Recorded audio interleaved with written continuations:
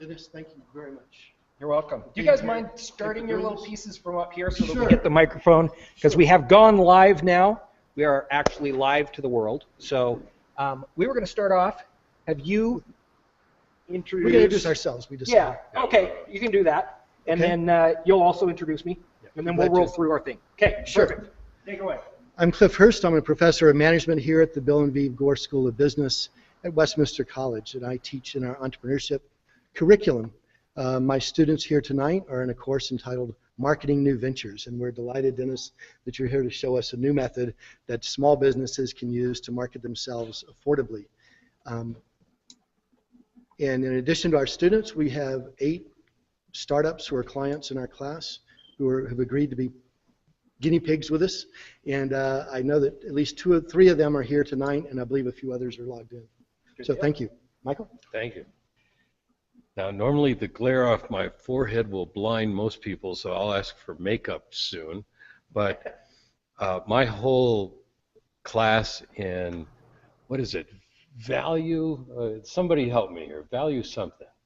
Value creation and delivery. Great, thank you. Value creation and delivery. I really haven't forgotten it, but I'm just testing to make sure they're here. Okay. Part of it is traditional marketing, and we're contrasting traditional marketing with social media management. And part of our goal is to get an idea of how these tools can be used in business, both small as a startup and entrepreneurial business, but also within the context of larger corporate environments. So my class, welcome here. This should be a fascinating evening. Thank you. Thank you so much. It's a privilege now to introduce Dennis DUCE to all of you. I met Dennis about a year ago at a speaking event here in Salt Lake City. He overheard me talking to someone asking about potential speakers in my classroom, and he said, I'd like to talk to you. We met, and I said, well, what do you do, Dennis? And he said, well, I run GomBoc. And I thought, what's a GomBoc? And I got more confused from then on. He explained that he's a consultant who helps companies market themselves through Google Hangouts On Air. And I thought, that sounds interesting. I don't have a clue what one is. He came to my class last spring. I believe, Dennis, we had the first ever college course broadcast via Google Hangout On Air. So this is take 2, and I guess we didn't scare you away the first time, so thank you so much for coming back again and for inviting your guest with us. You're welcome. Dennis, I'll turn it over to you. Okay. All right. So, yeah, I'm in control here. Okay, thank you. Roxanne, thank you. I think I've got this fixed. Go ahead and ping me if it's still messed up. But it should be moving now because I'm here and in control. All right, so we're live right now to like the whole world on YouTube, Google+, my website. I don't know if any of these people that are in the panel have embedded this information on your website, on their websites. You guys are in for a treat. We've got together a team here that is, well, quite impressive. And I believe, guys, am I correct here? I'm supposed to introduce Ammon first. Is that where we're going? Okay. So let me tell you a little bit about Ammon. Okay. So they say, I don't know if any of you have ever heard this statistic, but they say that in order for anyone to become an expert, they have to have spent about 10,000 hours in an area. I worked it out today, and Ammon Johns has about 100,000 hours in search engine optimization, approximately. So that makes him a 10 times expert. All right? He's literally one of the first people in the whole world to have started doing, back in that time, he'll tell you all the time, he loves to tell me this all the time, they called it that traffic thing you do. They didn't have a name for it. That traffic thing you do. Can you do that to my website? I got a website. I like how it looks. Can you do that traffic thing you do? Okay. That was in like 94, 95. And Ammon's a good friend of mine. He's also my mentor. And he is going to be talking to us tonight about how Google Plus can increase the power of your search ability online. So if you're trying to get your SEO up, this is one of the best places to actually start in today's world because the world's changing. Ammon, I'm going to turn it over to you, my friend, and let you introduce our next guest on our panel. Excellent. My pleasure. Hello, everyone. And it's my absolute pleasure to introduce Stephanie Sims. Now, Stephanie Sims describes herself as a recovering investment banker. And I think what that means is that she could never quite get her heart small enough to really enjoy that field. And that since she's left, her heart has grown and grown. It's quite Grinch-like. She is the woman who, for me, puts the fine into finance. But most importantly, I love the passion she has for a subject that, to a lot of us, isn't that exciting. I mean, don't get me wrong, money's very exciting when it's in our pockets. And it's very scary when it's leaving our pockets. But other than that, most of us have very, very little interest in it. But Stephanie has a passion for helping people better manage their finances, and in particular, learn the aspects of managing finances that most of us are not going to have our parents teach us. We're not going to have our schools teach us. And that is something incredibly, incredibly valuable. Stephanie has most definitely become a very close friend over the past, 6 months we've sort of known each other. And I can't speak highly enough of her. I really can't. So, Stephanie, to you. Oh my gosh, well, thank you so much, Ammon. It is obviously a great pleasure for me to be here with you and with Dennis and with everybody else that we're going to hear from in a minute. And yes, I'm hoping to take the fear out of the F word. That's kind of my way of talking about finance, because I do think it's something that's really important, and we'll get to why a bit later on. But I'm also excited that we've got someone who specializes in crowdfunding, which is an important avenue for finding money for your business or your social enterprise. So Manolis Sfinarolakis. He told me to call it boom shakalaka, but I didn't think that was very professional. So I did my best. I hope I didn't massacre your name too bad.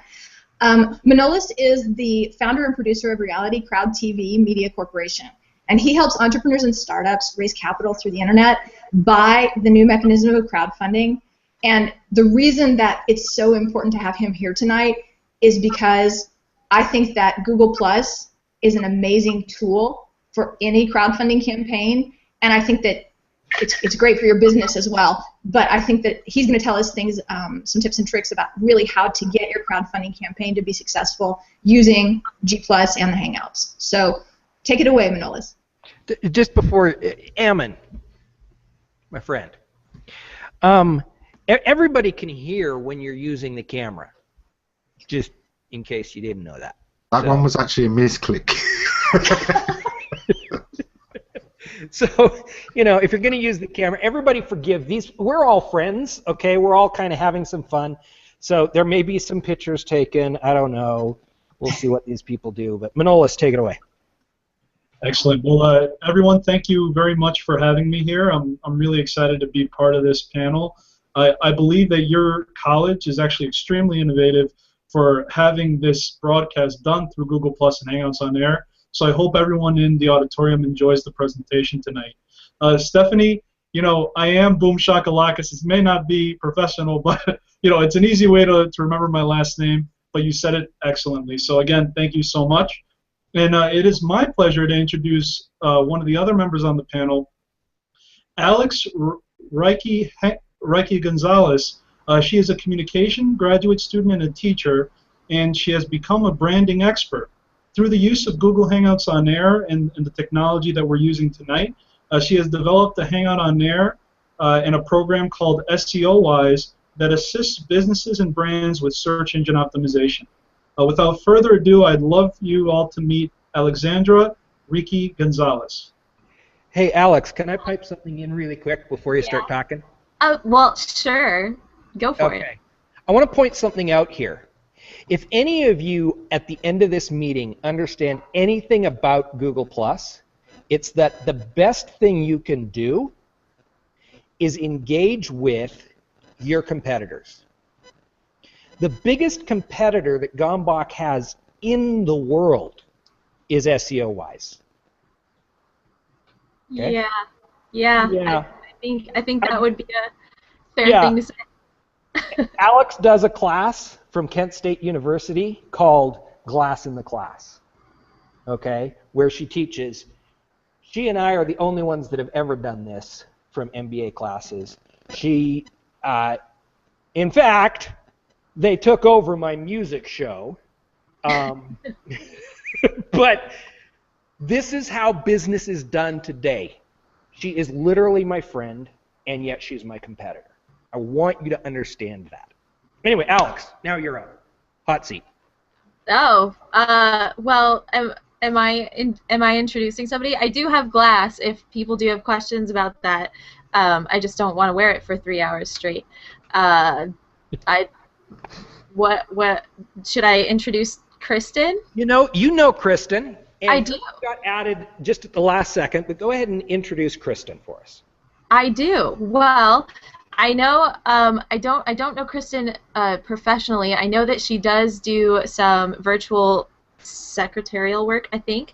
But Kristen is one of my favorite people on Plus because she's really good about attending HOAs and your audience with your HOAs, which are Hangouts on Air. I don't know how far into Hangouts on Air you've gone yet with these students, but she's an awesome audience member. She's an awesome person, and she is the most positive person I have ever met in life, period. I was going to say on Google+, but in life, period. She always has positivity. She has an incredible and interesting background that she shared recently, and she is all about standing up for the rights of women, which I love.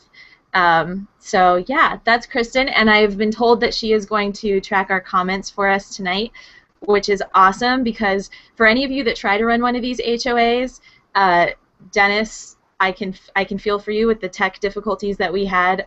Running an HOA and running comment tracker while hosting is a lot of work. So having awesome people like Kristen that will come in and run comments for you is so it's like a blessing. It really is. So hey, Kristen. All right. And quickly, just through the audience, we've got someone from London. We've got two people. No, we've got someone from two people from Phoenix. Wow, that's weird. Salt Lake City, Manolis. I know you're out east. That's all I know. And then all of you here, and we have people watching from literally all around the world. And Kristen's going to be kind of showing us some of those comments from time to time, putting them up so that they can ask questions. I really want you guys to engage as well. Any question, like, there is no stupid question except the question that goes unasked. So really, just bombard us. We're ready, willing, and able. So what I want to do is I want to start off with Ammon, because really, in order to get to where we're at, we need some history and some perspective, and nobody on this panel has a longer history or perspective.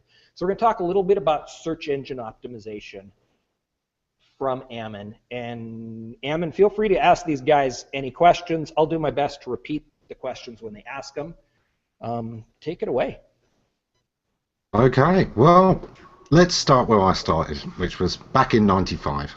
And I'd kind of stumbled into the internet. I was one of these people who, my previous job was working shifts, and I finished in the very early hours of the morning, and I had very little to do. Television was terrible at that time of day, so I started messing around with computers a lot more. Starting with computer games, but then I started to get interested in programming, and finally, websites. And after making a couple of websites for myself, I had a few friends say, could you do one for me? And then it was a friend with a business. Could you do one for my business? And then it was a friend with a business who said, can I pay you to do one for me? And then it was their friends, and it kind of led on. And by '95, I was working as a web designer. Now, it has to be said that having seen some really great web designers, my designs sucked. But that was okay in '95 because everyone's designs sucked. A typical website at that time was usually a black page with lots and lots of animated GIFs on it, little files moving about, flashing things, and it used to say hot links somewhere. That was a website in '95. Like your backdrop? Much, much, much worse. You know, if I could pixelate this a few times, if I had the Minecraft version of this backcraft, that would be a website of '95. Okay, so we still had to try and look professional, but the tools were a lot simpler back then. We just had the ability to put tables onto web pages added. You can forget video, you can forget most of the things that you're used to on web pages. There were no lovely abilities to overlay things and position things nicely. You had to put everything into a table to get a position on it. And there were about 18 major browsers, and no two of them worked quite the same way, so designing anything was a bit of a nightmare. However, I built sites and they went quite well, and then people started saying, well, we got online because we heard there's millions of people online. Where are they? We've had 50 visitors this year. And it got to one of those things that, okay, well, to be honest, I don't know. Nobody really knew back then. But what I'll do is I'll try and find out for you, and anything that can be used, we'll try and use. Now, back then, a lot of the things that were issues to people was trying to understand what the internet was. And the first thing that people naturally compared it to was television, because it's got a screen. So it's all about the eyeballs. Everything's about the eyeballs. You've got to get lots and lots of viewers. Doesn't matter whether they're actually going to do anything, because this is the difference between the internet and television. Television is passive. You sit there and it bombards you, and you let it wash over you. The internet is not like television at all. The internet is a conversation, but people hadn't discovered this yet. I'll come back to that point. So the things we did were all the things that were being done at that time. We exchanged banners with other sites. You put a banner on your site, they put a banner on their site. If you get 1,000 clicks on their banner, they'll give you 1,000 clicks. And there were companies that organised these exchanges. There were free companies. You could buy advertising on other places. Now, there was money to be made online. Although most people weren't shopping online, there were a lot of people who were hoping to be entrepreneurs and own the market. And so I compare those early days of the internet a lot to the gold rush era in America. The people who were making the money were usually the ones selling the picks and shovels and the mining equipment, actually, rather than actually trying to run a business or being a miner. And there were investment levels going on such that if you could get 1 million visitors a month to a website, somebody would pay you $1 million for that website.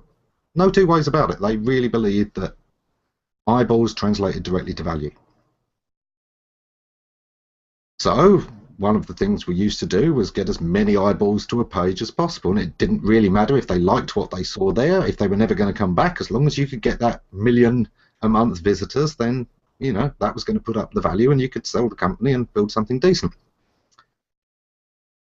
Now, as we moved into this area, we started to notice search engines. Now, the early search engines weren't brilliant, but there were some very interesting ones around. One of those was InfoSeek. And what made InfoSeek fun was it indexed in real time. So I could create a page, see where it ranked in the search for the things I wanted it to come up for, and if it wasn't where I wanted, I could adjust the page, re-upload it, resubmit it, and see where it changed. Literally, you could change position on the fly. Make a change, see if it went up or if it went down. But, unfortunately, InfoSeek was only one of around 50 major search engines. Nobody had the kind of domination that Google has, or even that Yahoo gained. Yahoo was big, but they were a web directory. There were companies like Northern Light, Search BC. Almost every region had its own search engine. Excite had paid, I think, $50 per user in a customer acquisition campaign, even though they had no way of monetizing them at all at that time. Search engines looked really interesting, and those could send lots of traffic. And what I liked about search is that this was working where the web is. This is conversational. I go to a search engine, I ask for something, and it provides an answer. That conversation. My website then had to answer properly. The search engine says he knows, and then it's my job to answer. And if I answer well, I've done my job. Hopefully, it's something I can lead into further communication or a sale or branding something that I want to do. Now, don't understand wrong.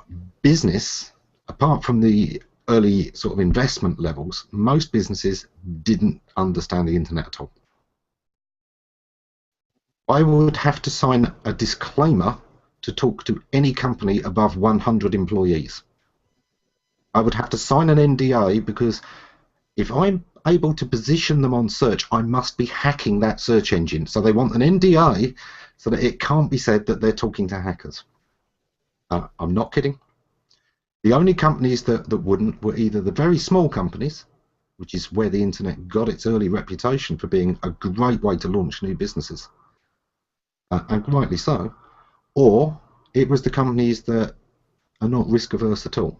And these are adult industries, pharmaceuticals, those kind of industries. We had a name for them at the time, which was PPC, porn, pills, casinos. Those were the three that they didn't care where the traffic was coming from.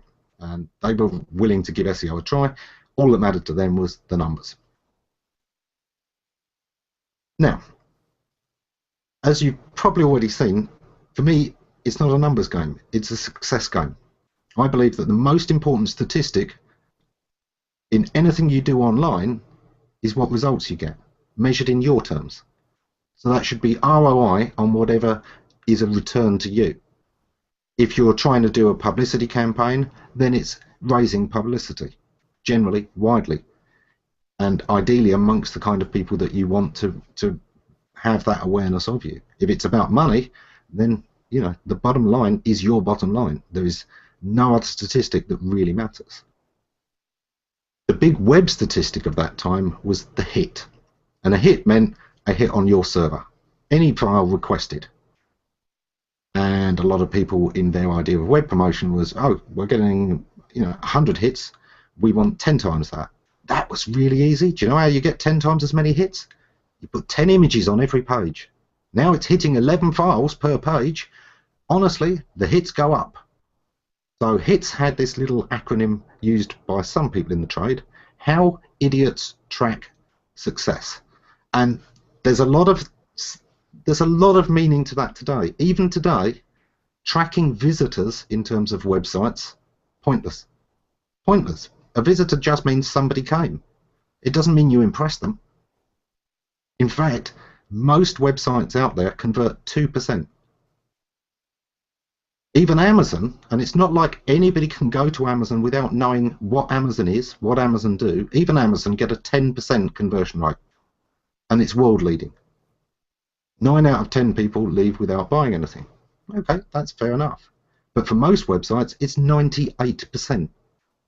And if you're bouncing 98% of the people who come to your site, yeah, you've got a 2% conversion. But the chances are you've got at least a 4% amount that are saying later, I went there once, it was rubbish. Because it doesn't matter that what their request was didn't quite match your site. What matters is they went to your site, it disappointed them, they left. That's what they're going to remember. In 3 months' time, they won't remember what it disappointed them over, but they will still remember, I went there once, it wasn't what I needed, it was rubbish. It's your fault, not theirs. Now this means that you have to be very mindful with search and with traffic generally. And one of the reasons I love search is because it is so specific. These days we've got so many more options. Paid search came along just after 2001, really. And this was where somebody had decided that instead of running little banners at the top of search, they could let you bid for keywords. And in bidding for keywords, wow, you could actually target a word that you want to rank for. Whoever bid the most would turn up, and they'd pay per click, PPC. Overture was the first one to use this, and the company that actually has made the most success with it is Google. All they did was copy that model and put one clever twist on it. What you bid isn't enough on its own. It's a complex metric they use. It's what you bid factored by how many people click on it. In other words, it's a system that works out what will get the most overall money. Because it's no good somebody bidding $10 per click if nobody's clicking on it. Google's not making any money on that. It would be much better for them to have somebody who's only bidding 5, but 50% of people click on it. So, what this all means is that the internet is wide open for intelligent use and intelligent exploitation. You have to find the ways, and there is no absolute guidebook on this. There are 1,000 experts who will tell you that they know this is the way to make money. Anyone who says this is the way, immediately dismiss them. There are 1,000 ways to make money, and most of them that have really worked have surprised people. People said paid search wouldn't work. One of the companies that didn't think paid search was a great idea in the very first days was Google. Google had another means of monetizing. They were trying to sell their search technology to run on intranets. So Google in a box. And of course, Google's whole success really is that it's by far their biggest earner is those paid ads. People said iTunes wouldn't work.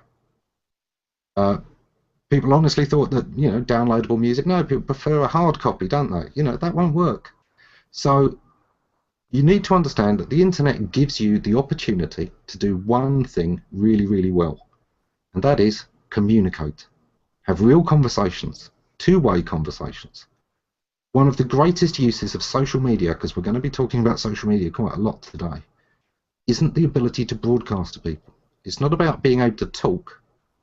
It's about being able to listen. Now, a lot of you may have heard in the past of market research companies. You don't get to hear so much about those these days. But a market research company used to charge, over here, £50,000 to have a panel of 10 people come in and that were representative of your overall market and give you a lot of interesting feedback. You can do that for free today on social media just by listening. And if that isn't value enough, well, we're going to have a hard sell today. Dennis, do you want to let somebody else in, or do we have any questions? Let's open it up to questions. Kristen, check for questions in the comments. Do you guys have any questions on what he's been talking about search engine optimization and its history? I'd like to ask Ammon to elaborate on what you just said about you all the market research you want. Please, elaborate on this. Okay. He wants you to elaborate on how you can do all the market research you want for free, Ammon. So. Awesome. Great. People who are buying are often boasting about what they've bought and why they've bought it. They are telling their friends. And guess where they're telling their friends? They're telling them on Facebook, they're telling them on Twitter, they're telling them on Google+. People who didn't buy your product are also saying why they didn't buy. They're saying, not particularly your company name, but they're saying, I've been looking for such and such a product, and everything I've seen is this, this, this, and there's your 3 reasons they're not buying. And they are giving those conversations all of the time, every single day. What we have to deal with this is what's called a social media listening strategy. What this means is you track certain keywords that relate to your products, but we're not talking product names or your company name, although you certainly should be listening for mentions of your company, mentions of any rival companies, direct competitors, but also think of the problems that your product solves or the situations that your service deals with, and be listening for conversations related to those. And it's as simple as being able to search on social media. By listening to those conversations, you will find everything people are talking about, why they haven't bought something. Oh, I wanted some software to do this, but they're all so expensive. Or I was going to go with this company, but when I looked, it doesn't offer X feature. That exact kind of level of detail is out there right now for every single company. There are a few exceptions. There aren't many people talking about why they didn't go with a particular embalmer. There aren't many people speaking very positively about their proctologists. You know, there are things that people aren't going to be talking about, but for most people out there, yeah, social media listening strategy is the very first step, and there is all the free market research you could ever want right now. Does that answer the question? Yeah, Cliff says yes. Do you have any follow-up questions? My first follow-up question would be, those are very particular targeted responses. So there has to be a harvesting mechanism out there to collect that qualitative data as opposed to quantitative data and put it in an analytical format to the executive. Could you elaborate on that? Could you hear him, Ammon? I'm afraid not, no. No. Okay, so he basically asked you to talk about Lee Smallwood. He said there needs to be some way to take all of that information, combine it together, and utilize it so that an executive can actually act upon it, because it's quite concise and it needs to be more broad scoped for the exit. So I mean, it's a combination of Lee Smallwood and Moz, you know, basically. That's what he wants. Yeah. Okay, there are several tools out there that allow you to do this kind of level of listening across multiple platforms and even across search as well. Mostly what you're looking for, the broad group of terms that applies, reputation management. And if you look for any company that's selling reputation management services or software, what they're doing is listening for negative mentions of your product anyway. So it's the same service that's listening for that. You have to give it what are negative terms, what are your brand terms. You just give it more broad terms, the general aspects that your business applies to, and it will do exactly the same thing.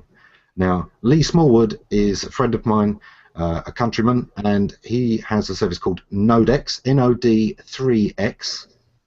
This is a social listening tool that is very, very powerful. Not only will it do the kind of listening that I've been talking about, but it will identify it by platform, by how much authority, how many followers each person that is making these claims has. It will help you break it down into geographic regions. So it will give you more data than you could even want to an extent when you're starting out. But you will find ways to use that all later. It is also the most powerful tool for hashtag search out there. So if you're trying to run a hashtag marketing plan, it's definitely a tool you want. And is he still running the free to Google Plus users thing? Yeah. Yes. So it's extremely expensive. Sign up for a Google Plus account, which you should have anyway, because you should be marketing yourselves through that. And he gives it away for free to anyone who has a G Plus account. Yeah, you don't get the extra platforms on that. That gives you your G Plus and some basics, but it doesn't run the Instagram and all the other platforms that are coming. I'd also recommend a tool called Majestic. Now, Majestic used to be known as Majestic SEO because it was primarily used by the search engine optimizers, but that too has a lot of tools, and it can talk about the authority of any sites. So you'd be finding blogs where people were talking about their experience, plus or minus, and also identifying who were authorities within your market, i.e., if you've got a new service, who would you want to review this, to talk about it? Who already has 1,000 people who trust them, and therefore letting them know about your product and cover it if they want to would be a great idea. And Majestic will greatly help you be able to very quickly and easily find those kind of authorities in the niche.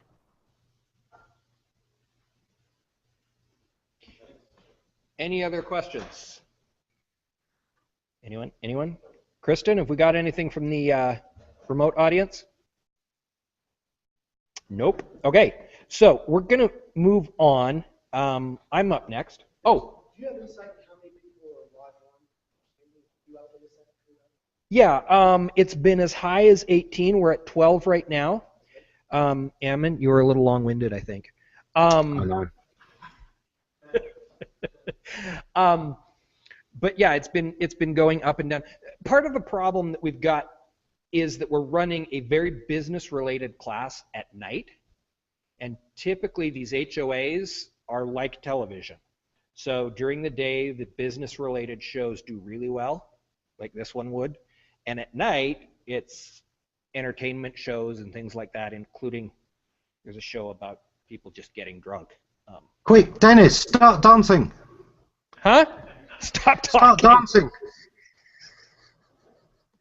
Yes, question. How often does Google index? We talked about how often real-time index site, that's how quickly that information, but how often by president, if any changes you're making, how quickly will that?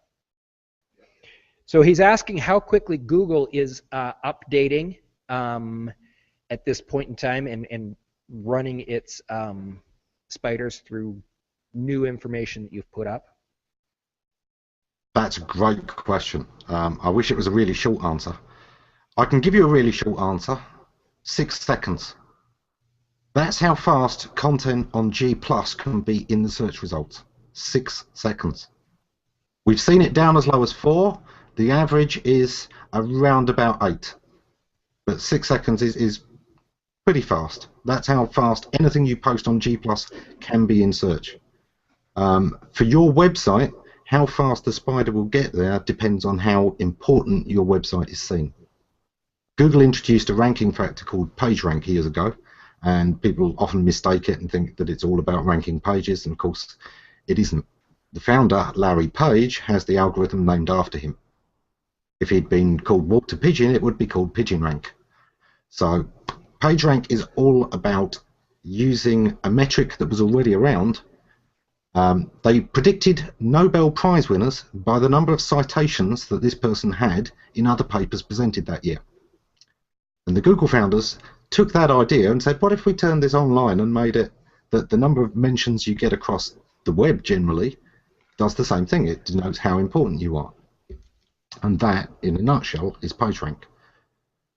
PageRank isn't the only metric, and of course it wasn't keyword specific, but where it is still vitally important is in determining which sites they should crawl most.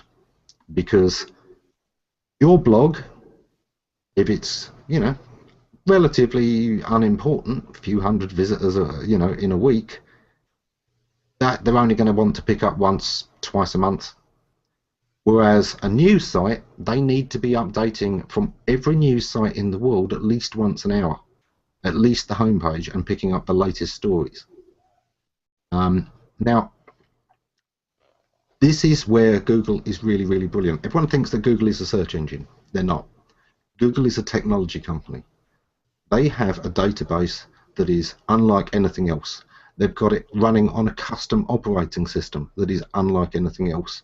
And they are one of the pioneers of cluster networking that allowed them to take ordinary computers by the thousand, put them together into clusters to share the load. Everyone else was buying servers at $1 million a pop by the time you'd paid for the licensing fees on the software that ran on them.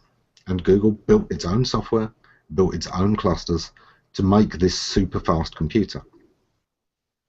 Now, Google have the ability to spider an awful lot of content, but there are more pages than people in the world. In fact, there are hundreds of millions, in fact hundreds of billions of documents, it's believed right now. There may be around about 600 billion documents in total. About half of those are what's called the dark web. Google can't access them. They're behind paywalls, or they're behind logins, or they're just inaccessible to the spiders in one way or another. Some of them are on the intranets, of course. But of the ones that Google can crawl, there's still so many pages that even if you were grabbing 1,000 pages per second of every minute, of every hour, of every day, you couldn't grab them all. You just couldn't. There's no way of doing it. And if Google was able to grab 1,000 pages a minute, it would have to divide that so carefully across servers, because there isn't a server in the world that can take that kind of impact sustained from a spider. I don't know, who would be hosting your sites, but to be able to handle 1,000 pages a second is going to take down almost anything. So there has to be a priority. News sites, really important sites, get more priority, and the smaller and less important site is the less priority it gets, and that's the simple way it is. That it's a logarithmic scale. If you show me a site, I can give you a rough idea of how many pages can be indexed, how quickly, and what level of indexation is going to go across. But it's quite typical for the average site out there to have 80% or less of its content indexed at any given time, and 20% not in the search engines at all. So, just to surmise that, if you have a website that you're trying to get searched, get your blog post done, go over to your Google Plus account, post the link back to your blog post. That's the fastest way to get indexed. There's never been a way to tell Google, go index my page, until now. And this is an amazing tool that they've given us. So use it. It will still be a little bit slow at spidering your page from there, but the whole point is that you can put a snippet that will work for people, that will get the search to your Google Plus post, and if the post there has a compelling reason to click through to your page, the people are still clicking through. So you're still getting the traffic even before your page has ranked in 6 seconds. Okay. So I don't think you guys, if I'm not mistaken, you didn't come here just to learn about SEO all night. Okay. So we're going to move on, as interesting as Ammon's stuff is. I wanted to talk to you a little bit about Hangouts on Air. But you know what? I'm going to actually just make a couple of very quick points. A, this is a Hangout on Air.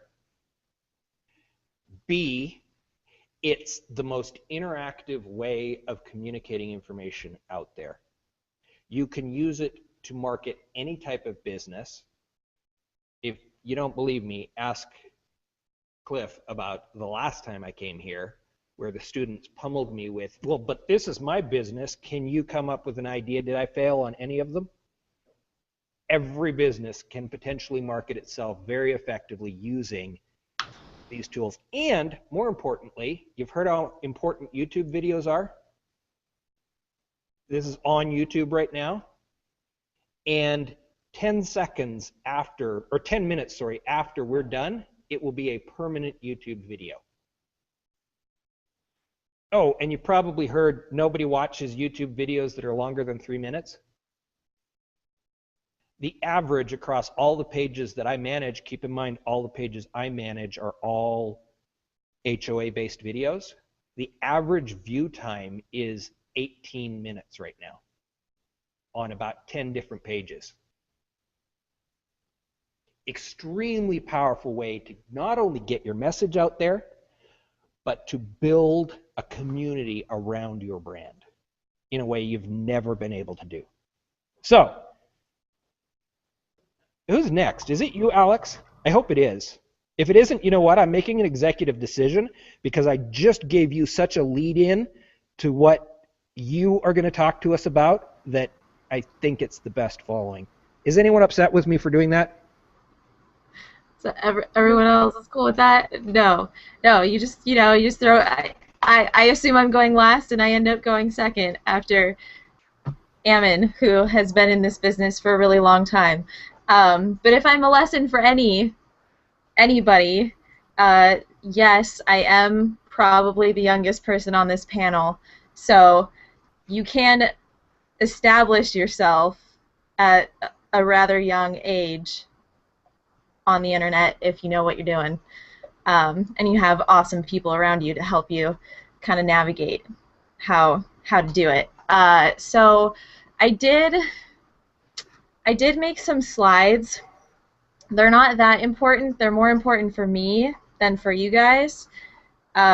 So I don't know if I should slide share. I don't know if it'll handle it. Just FYI, the reason she's running hesitant right now is that there has been a problem recently. When you screen share your computer up, then it kind of goofs up a couple of things, including the overlay that you see that everybody else but me has. And I don't have mine because of the sound problems we had before. But I'm all set with the slides if you need them. oh, you've got them there? Great. Okay. Just white box Okay, me. right. All right. So And there Alex just tells me when to click. Oh, boy, Yay! Yay for Ammon. Okay, then I'm just going to have mine next to me. All right, so I'm talking about communication in social media today, and Ammon said some things that I'm probably going to end up repeating.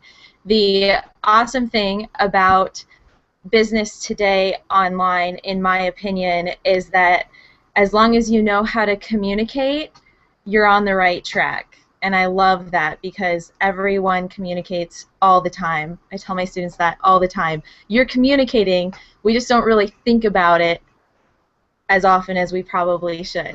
All right, so Ammon, slide 2. You might have seen some of these models early on if you took a communication class. So I'm going to run through them pretty quickly, but they're still important for what I'm talking about. The action model was the first model of communication, and it's going to seem really like you're like, what? A sender and a receiver.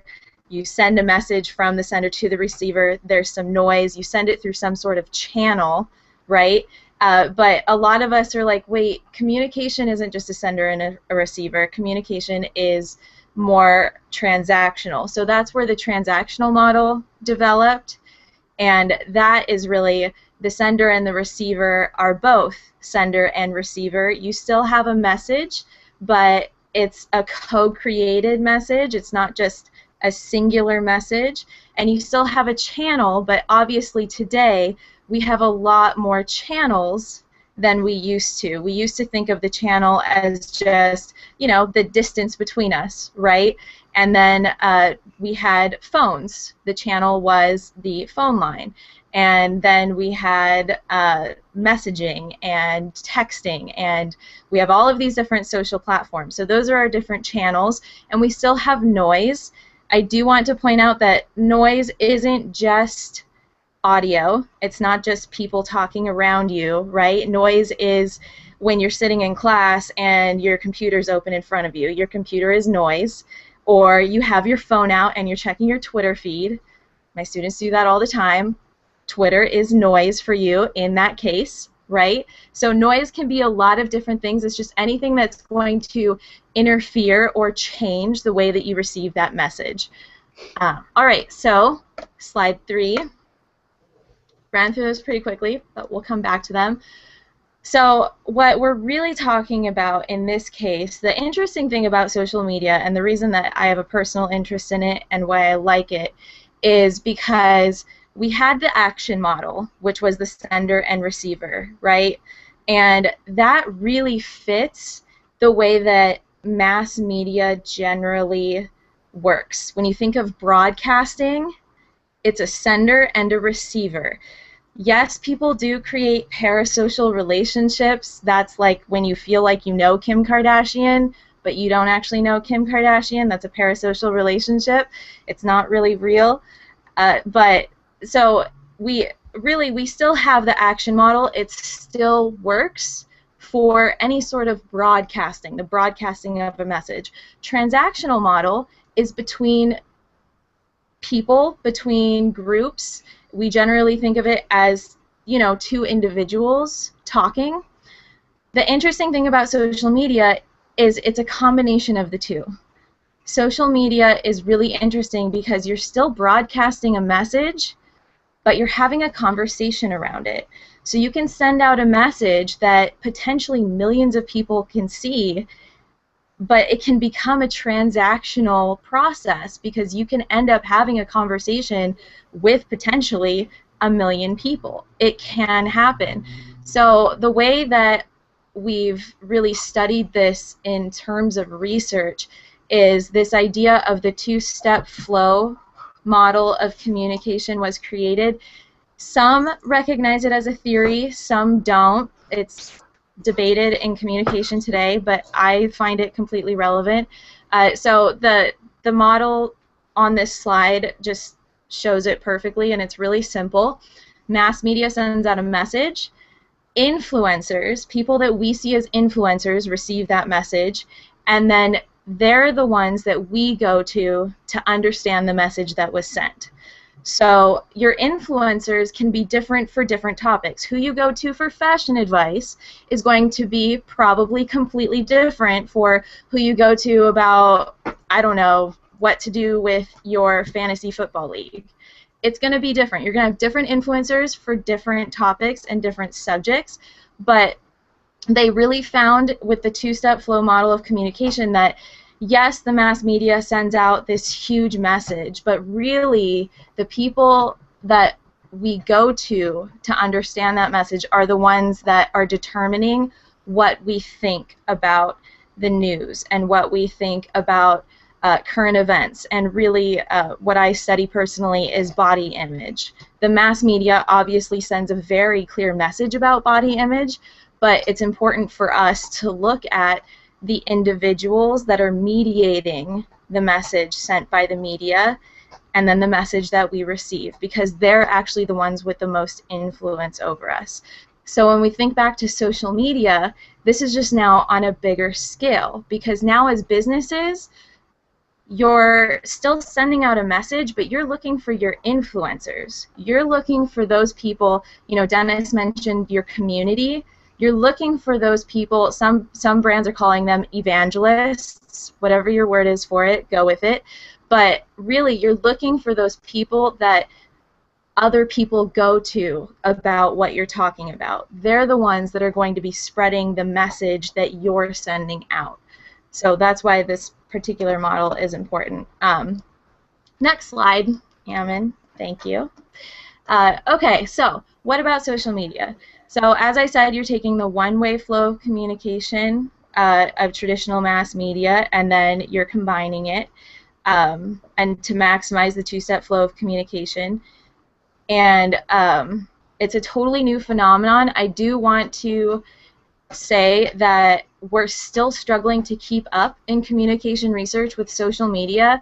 Social media is moving so fast. For example, I want to give you all of this research about Google+. There is no communication research whatsoever that has been done on Google+ yet. We've looked at Facebook, we've looked at LinkedIn, there are a couple studies on Twitter, there are some on anyone interested in Chinese markets, there's some on WeChat, but otherwise we really haven't understood all of the social platforms and all of the different norms that go into it. And one of them, because it is relatively young, Google+ really hasn't been looked at all. And I plan to look at it at some point, but body images first. All right, next slide. So I'm supposed to make this, I'm all about communication. If you guys want to just talk techniques of communication, we could do that all night. But since you're all interested in business and business aspects, things for you to consider, any sort of computer-mediated communication comes with inherent distrust. There are a couple reasons for this, and yes, it is research-backed. The main reason is that, and it's really simple, in Western cultures, we rely on nonverbals more to tell if someone is telling the truth. So when someone's talking to us, we look to their nonverbals to know if they're telling the truth.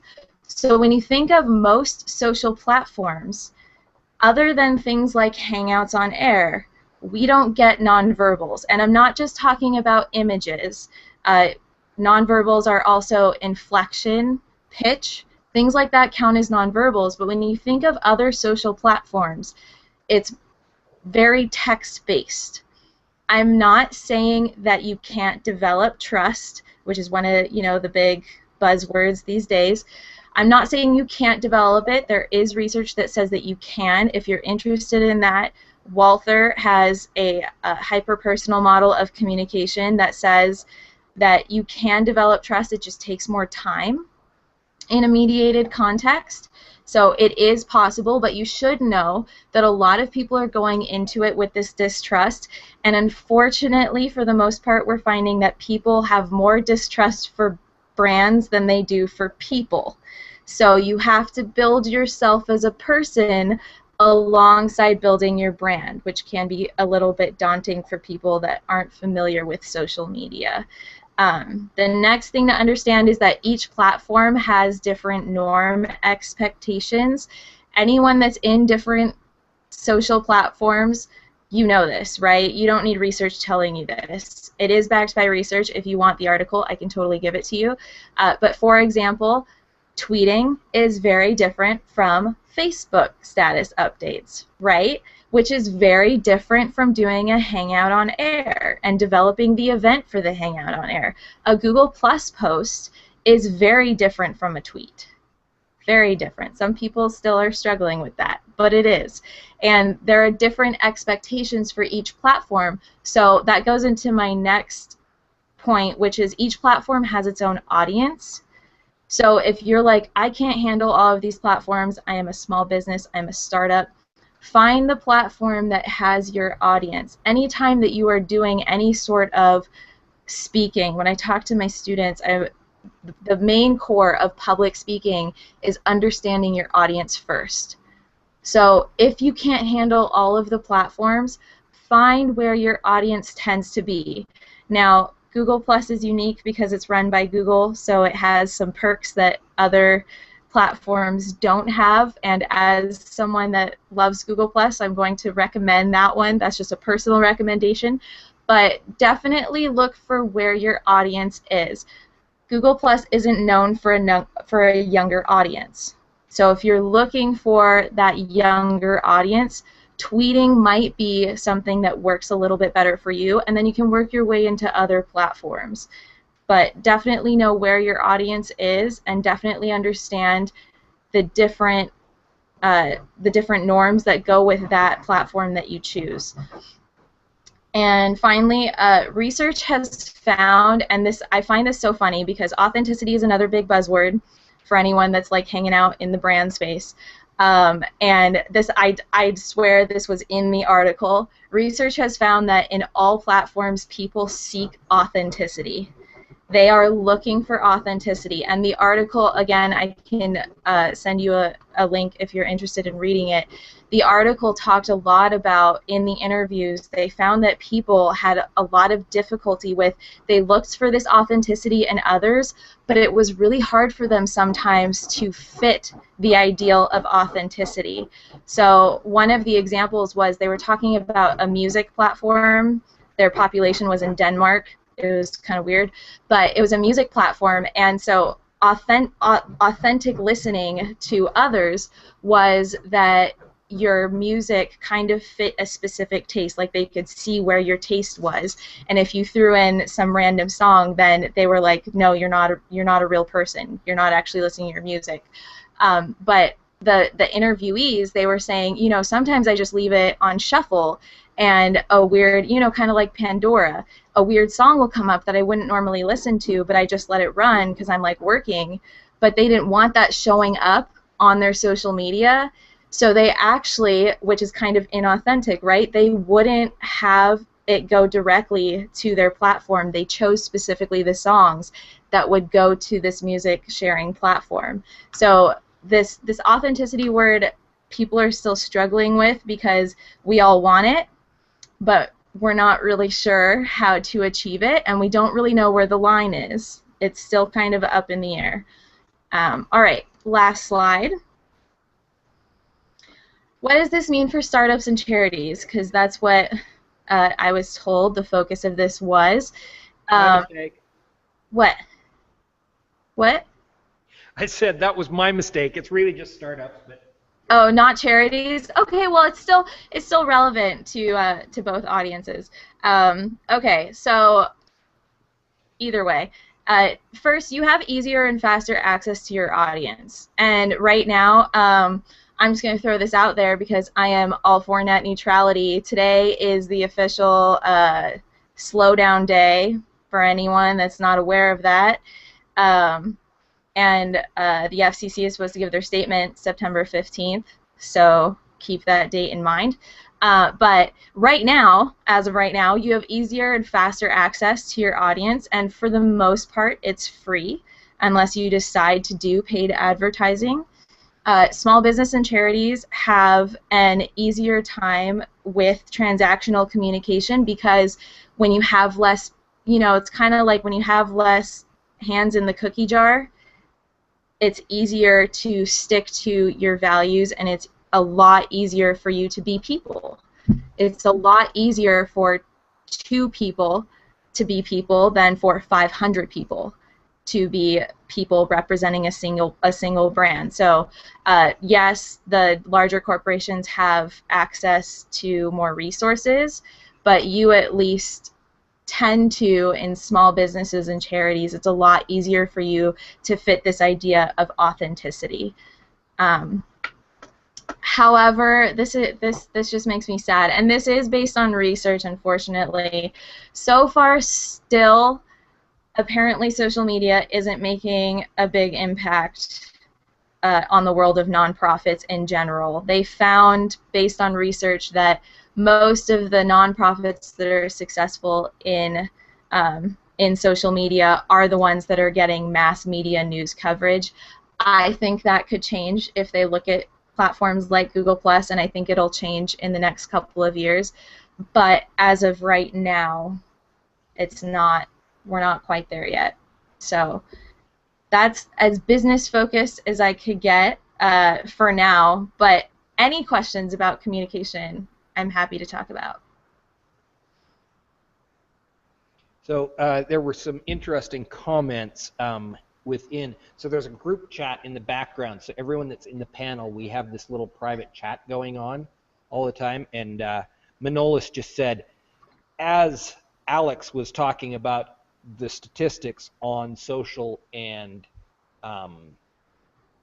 nonprofits, Manolis pointed out the ALS bucket challenge, which is, obviously it's too new to be in any research that Alex is talking about. There's no way. I mean, research is going to take a while to even just write the document. But that's going to be a massive swing in the direction of what Alex is talking about. So, along with my day job, actually, I work for a company that is trying to utilize, this is not my personal company, GomBoc. I work part-time for a company that's trying to utilize social to help charities raise money and awareness. So hopefully we're going to change that statistic, but it's not changed. It's changing. Yes? Does anyone on the panel, anyone in the room, have any ideas of how ALS became so successful that their virus what were the ingredients? Made it happen, and how can we do that? Okay, anyone, I don't want to jump on that right now. I want to get conversation. So panel, audience, and you guys out there in the camera land audience. Thoughts on what caused the ALS challenge to, what was the tipping point for ALS challenge? I unmuted. Oh, okay, Kristen, quick. Okay, so quickly, I think that the tipping point is that it's so personal. With the challenge at the end, you pinged certain people into it, and so it was a snowball effect, and it was that personal thing like that just made it build. And so from there, you got your one person or your 2 people that you bring into it, and then they bring another couple people into it. So that's what I have to contribute. And also I think that that using the social media tools are still effective, even if we don't have like all the data, the conclusive data about like how or who we are reaching. The fact that you are reaching someone, it doesn't have to be like you're reaching everybody. It's just one person at a time. You first, right? Okay. So I think it's the sense of belonging that engage with everyone. Because it doesn't matter where you are or who you are, if you're famous, or if you're poor, if you're rich, or whatever. Everyone is doing the same thing for the same I think that society is looking at that. Out of curiosity, how many people got nominated at some point in time? So about a third of the audience and panel, everybody on the... Stephanie! Okay, girl. I still haven't done mine. You are getting soaked. Anyway. Oh. So, yeah, your comment, your question.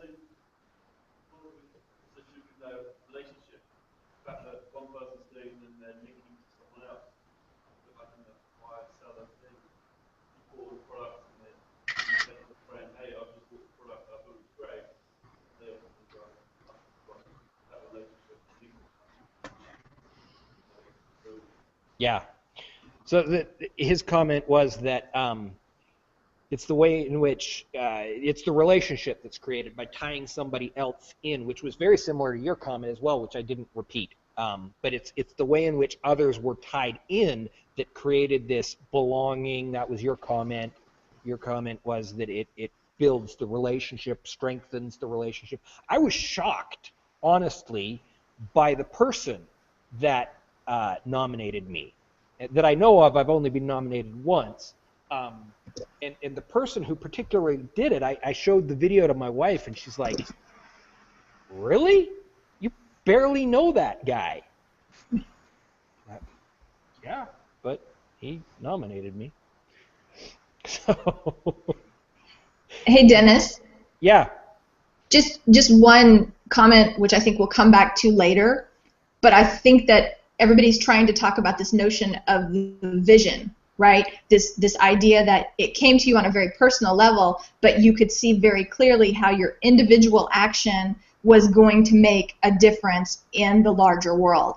And I think that is why it caught on so quickly, at least part of it, because everybody could say, okay, it's not very hard for me, but it's going to make a big difference. So it gave them almost a sense of empowerment of being able to fight something that they felt individually they couldn't do, but together they could really make a difference. I don't know. What do you think? That's interesting. That's the bit of it I didn't like. The fact that a lot of people got this challenge and honestly thought that by tipping a bucket of water over themselves they were helping somebody. Right. Okay, but they did raise $100 million.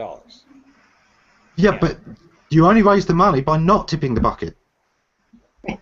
Unless somebody actually worked it out. But there are hundreds of teenagers who, honest to goodness, believe that by tipping a bucket of water over themselves, they have helped that charity.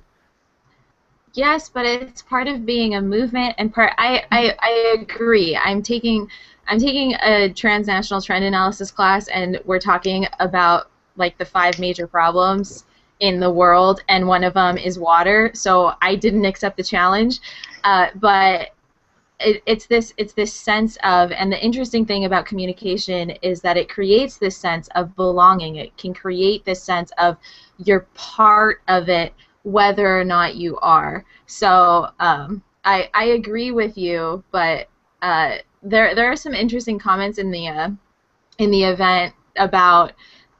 Bryce Barnett says athletes were the tipping point, which I think is interesting. Randy says, I think that peer pressure was a key here. We create that peer pressure, by the way. We're it's in us. We feel that, unless it's literally somebody saying they're like, tip the bucket, tip the bucket, tip the bucket, tip the bucket. We create that in ourselves, in our minds. But I think that it's interesting, this idea of the use of celebrities, I would agree, was a huge tipping point for this challenge. I mean, Dustin Stout said that he took it months ago.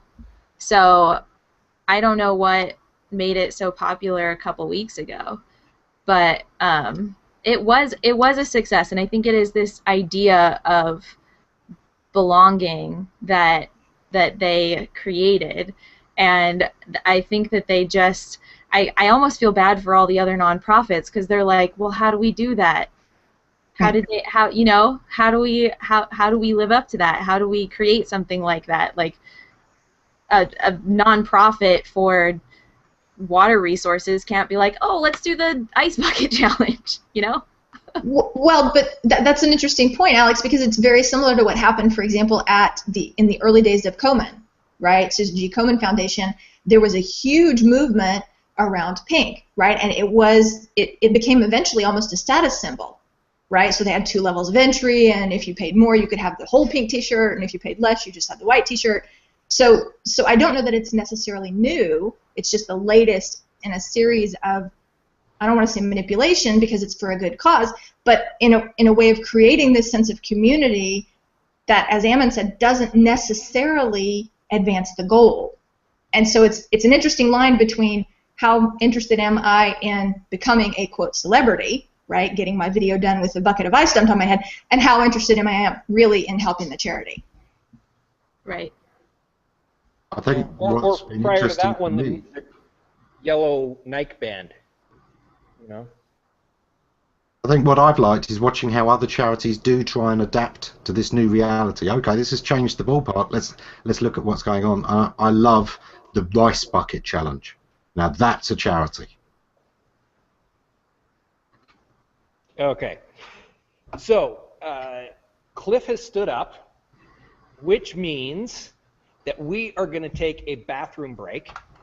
So everybody on the panel, you guys can run and do your thing. I don't know that this has ever happened live on an HOA. Please, guys, don't do it live on camera. Especially you, Alex, because you're in your bedroom there. My bathroom isn't in my bedroom. Good. I'm really glad to hear that. I'm sanitary here. I have water. So we'll take 10 minutes, okay, and then we'll come back and continue where we're at. I wish I had some music to play for everybody out there in SEO land. We could put on some music here if you want. Only if you have the rights to it, Manolis. Oh, good point. No radio. If you want to hear I've got some YouTube ones, yeah. Okay.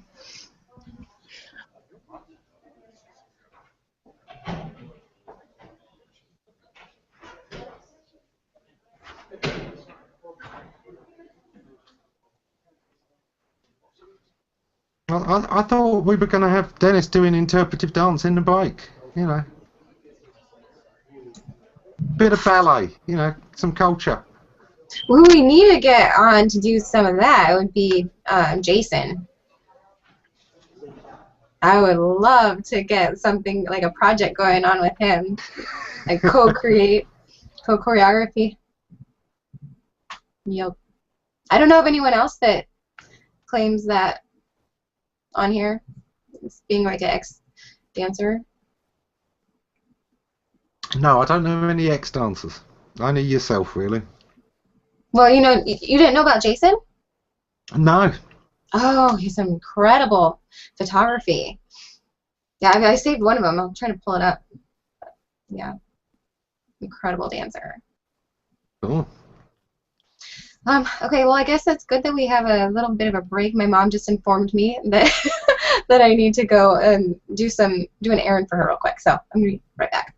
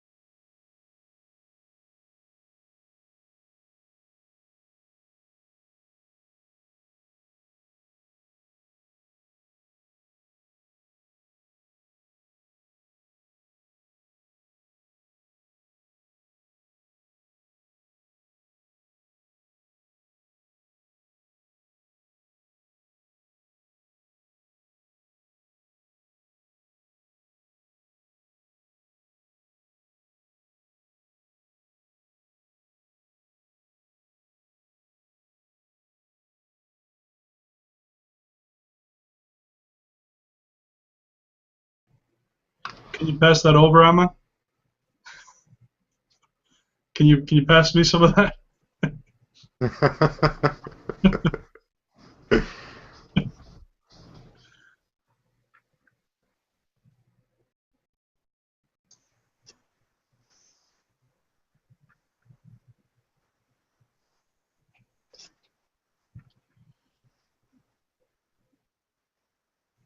Okay, so Ammon, I love the rice bucket challenge. Very nice. Yeah, What, and it's what doing was some that? real good. Yeah. Oh, rice bucket challenge. Okay, I didn't Yeah. see that. Yeah. Take it. You know, somebody, there was a great thing on Twitter. Somebody posted a picture of them out with a couple of buckets and said, "Today I fed 10,000 people. You got wet." Nice. Well, and I think it's interesting. I know not everybody's back yet, but I think it's interesting to see if this desire to present yourself in the best light, this idea that we have of social media of wanting it only to be the best and the brightest, and I only post pictures of my vacation when I look great, and only when my stomach is flat, and is that not part of it? You know, is that not part of what's going on here because of this idea people have about social media, right? And it creates this double bind about authenticity. I want to be me, but I'm not sure the real me is good enough for prime time. Yeah, and you know, I mean, the ice bucket challenge works because it's gamification. If the people you pick don't take up the challenge, you kind of lose. Right. But of course, if they do respond to the challenge, you win. And if they don't take the challenge, they kind of lose. So there's a lot of gamification elements in there. But of course, you also outsourcing the targeting, i.e., I'm now going to pick 3 people that I'm reasonably sure are going to take it up. Right.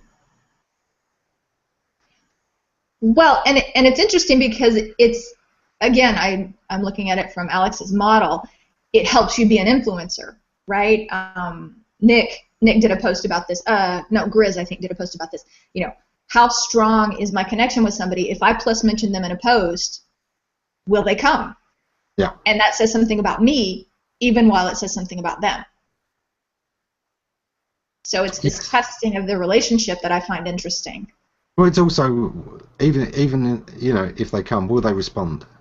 I think most of the time, if you plus mention somebody, they'll take a look. Right. Of course they will. It's curiosity. You know, that's why we can't leave that phone alone. We've got to see what that notification was. Right, but then do they engage? Obviously, that's the second level. You know, do they look, and then do they engage? Yeah. So. But again, you know, one of the things there can be, is it because you picked the right topic, or is it because of you? I.e., could you get them to engage on something they wouldn't normally?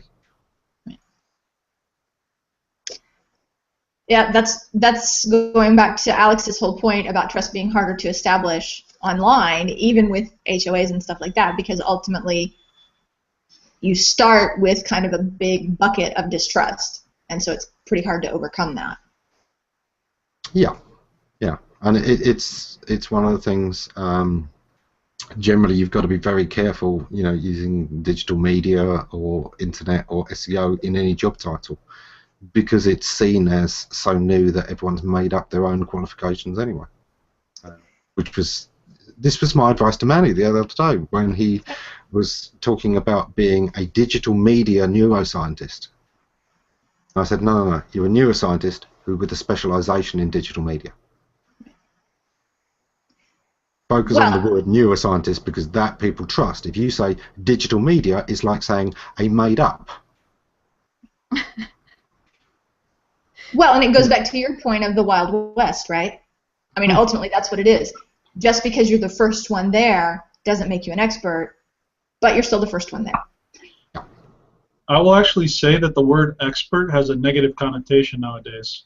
I would rather not be called an expert by an individual. Like, in other words, if I ever call myself an expert, I don't like that. If other people are calling me that, that's one thing. But if I'm branding myself as an expert by me personally saying it, I think saying it diminishes diminishes it. I don't know. I feel there's some. I don't know if you guys agree, but I don't like It's calling. not as bad as guru or ninja. Guru or ninja are worse. Anyone who calls themselves a That's the ninja. thing, like, what doesn't have a negative connotation these days? Like, where now we can't, you can't call yourself an influencer. Authenticity. Yeah, authenticity, trust. Can't, like, you know, what can't we say? What can't we say? You can't toot your own horn, right? No. Anytime you say, "Gosh, I'm so excited about what I did," oh, look at that! All they do is brag on themselves, and even if you do it once, right? Yeah. Which I find really hilarious. Welcome to being British. That's not good for us. Maybe that's why we're doing so well on the internet. Is because we've been prepared for this for the last 3 generations. There you go. You know what the difference is, though? I think the old way, people are fed up with the old way that sales used to work, which was basically give them a little nugget and then charge them an arm and a leg to get the rest of it. I actually think the new way of sales is give them everything, empower them to try to do it, and then people realize that I don't have the time to do it myself, nor do I want to do it myself, and then they come back. I think that is really the way of that's the way to be honest. You give them everything. You say this is really what you need to do. Feel free to go ahead and do it. But if you ever need help again, I'll be here because I have the capacity and time to do it. Exactly. You have the capacity and time to do it. Then, yeah. If you can't show them how much work it is, you probably shouldn't be charging for it at all. Right. Exactly. Exactly. So that's the point I think of the new way to just give them everything, But there's still lots of people, even the ones that are supposedly progressive and have understood the new media and the new platform, who try to stick everything behind a paywall far too quickly. Yeah. I hate to call him out live on a hangout, but I think that's where Ronnie's running into trouble. Nobody questions at all the power of his tuition. I've several times stated that some of the best people I know in Hangouts learned from Ronnie one-to-one. But the idea of putting these posts behind a paywall, the ordinary tips, that everyone else is sharing freely, and it is making him stand out for the wrong reason. I've seen 18 really good discussions about HOAs over the past couple of months, and none of them involved Ronnie. He had to stay out because he charges for this advice. So therefore, he's now not in the marketplace he needs to be in. Where people are discussing the problem, he can't be. Well, and where you could meet plenty of new people, right? I mean, that's where you want to be, is when someone has a first interaction with you and they say, oh, this guy or this girl knows their stuff. I want to learn more. Well, if you're not there when that discussion happens. Yeah, it comes to the collaborator. You're going to collaborate? Or are you going to try to do it on your own? It's a lot easier if you collaborate. Okay. We're going to start back. Apparently you guys have continued to converse while we were all running to the bathroom.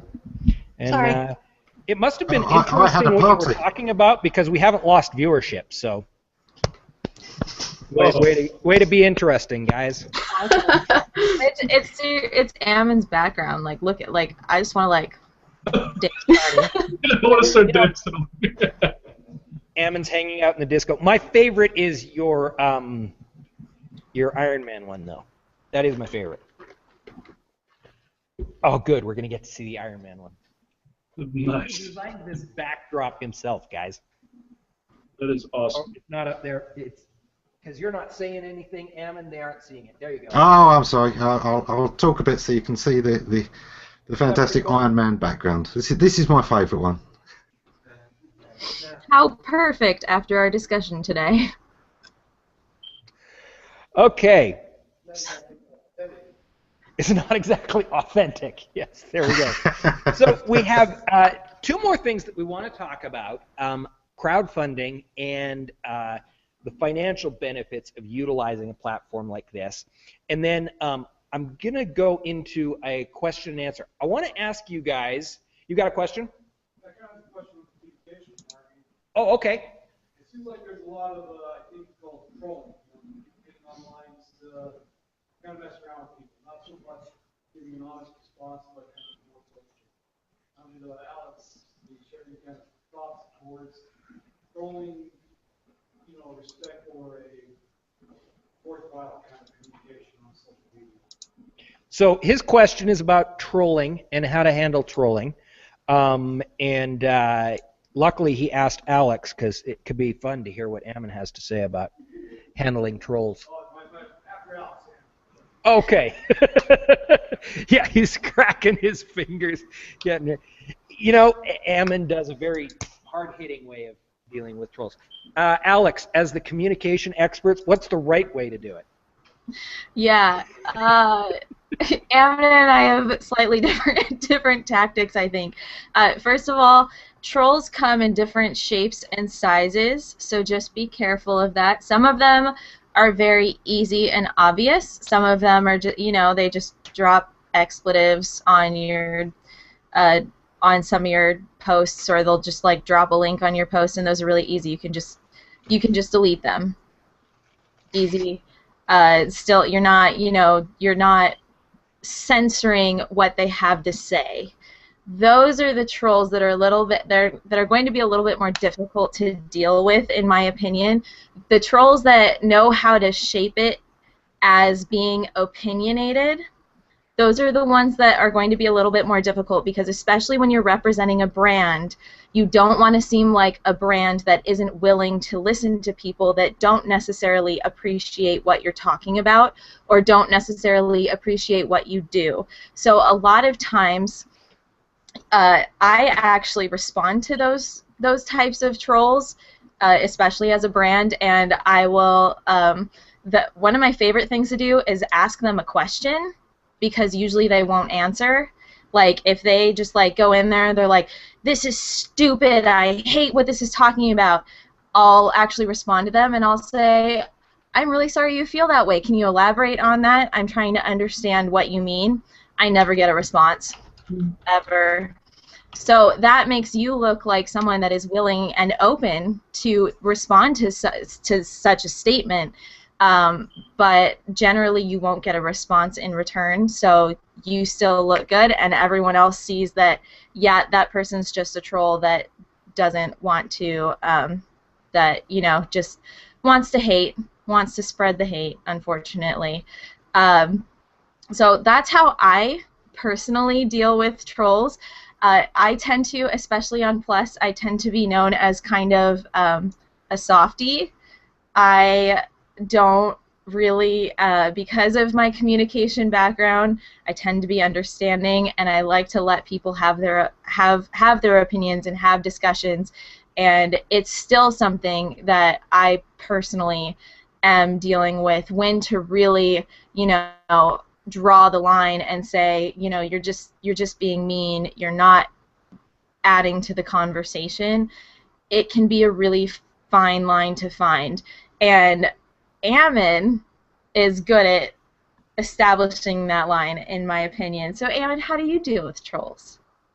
Well, the first thing is how you define them. And the problem is that a lot of people define troll as person who disagrees with me.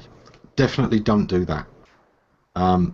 You've got several different kinds of people who you might class as a troll, and only one of them is really correct. You've got the spammers, and they're just trying to promote their own thing. And to be honest, they're not really engaging with anything you're doing. They're not really trying to argue with anything you're saying. They're just taking it wildly off topic. It's really obvious that they're taking it off topic. Nobody's ever going to complain when you shut them down straight away. And treat those like hecklers. The more embarrassingly you put them down, the more your audience will actually love that. I guarantee you, because these people are annoying to them too. They're trying to research something. They're at your site for a reason. And if this person is getting in the way, they will love you for getting real and personal on this person and putting them straight. The second kind is the kind that really doesn't like what you have to say and is on a crusade about it. Now, these are people you should engage, and you should take them at face value, and you should understand their beliefs, and you should try to argue from a position of logic. Don't commit logical fallacies. Don't let them do all of that. Just be very reasonable, be yourself, be very genuine. This is where that authenticity comes in. Understand that their position. You know, this is somebody who's on a crusade. Now, they may be in the wrong place to be doing this crusade, but they're a genuine believer. If you can somehow convert them, they will be just as passionate in talking about your company. And if they think you've understood them, they will direct other people to, look, this guy understood, even if he didn't agree with me. Great, they're now sending you traffic. This is free traffic you're getting. So that kind of person you definitely want to agree with. And then you've got the kind that is a previous customer who's really upset with you. These, again, always engage with. The fact is that when somebody's been upset with you and you fixed it, they become the most loyal of all advocates for your business. The person who has never complained takes for granted that you're probably an okay company. The guy who's had a problem and you fixed it, to their satisfaction, is a lifelong loyal proponent of your business. They say, that company was brilliant. I had a problem, they went above and beyond, and they really did fix it. You can't buy that kind of advertising, or at least somebody will spot it's fake. So when you meet somebody who is a prior customer, things went wrong, the very first thing is, no matter what they did, no matter how ridiculous their mistake, you know, I bought your metal dish, and when I tried to microwave my dinner, it blew up my microwave. No matter what, the very first thing you do is apologise, because you are sorry that they had a bad experience. You're also sorry that they weren't a little bit smarter in the first place. But the main thing is you are sorry they had a bad experience, so you can genuinely apologise for that, be very reasonable about it, and not only will that help them vent, which is often their whole point, and they'll feel good about it after having vented, but other customers see that even the most ludicrous claims you take seriously, you listen, and you respond responsibly. And that is advertising you cannot buy.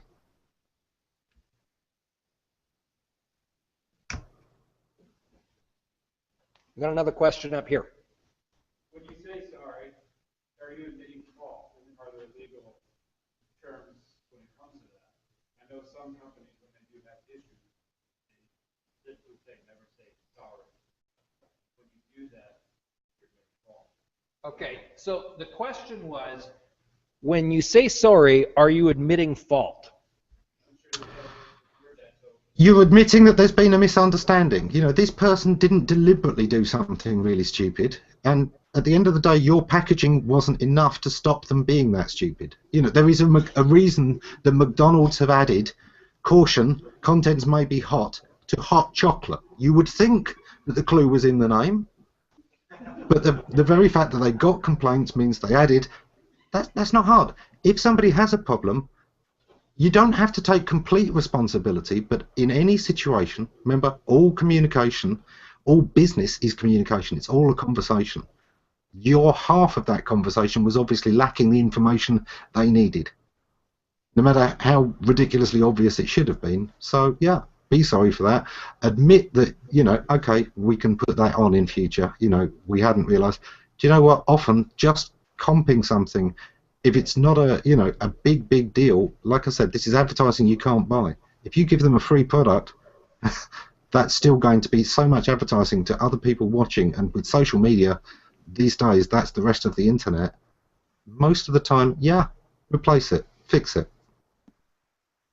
I want to point something out here. I'm Canadian, grew up in Canada until I was 20, and so from a litigious standpoint, Canada is very similar to England, which is, did anyone pick up which was the guy from London? You got, are you really? From where? Okay, Vancouver. So he's not from London. All right. Yeah, I actually have a really funny map a friend of mine sent who's from England, and every city was named London. And but what we love best is when people say, "Oh, he's from Scotland, England." Yeah. But the point is, from my standpoint, I understand both sides of that equation.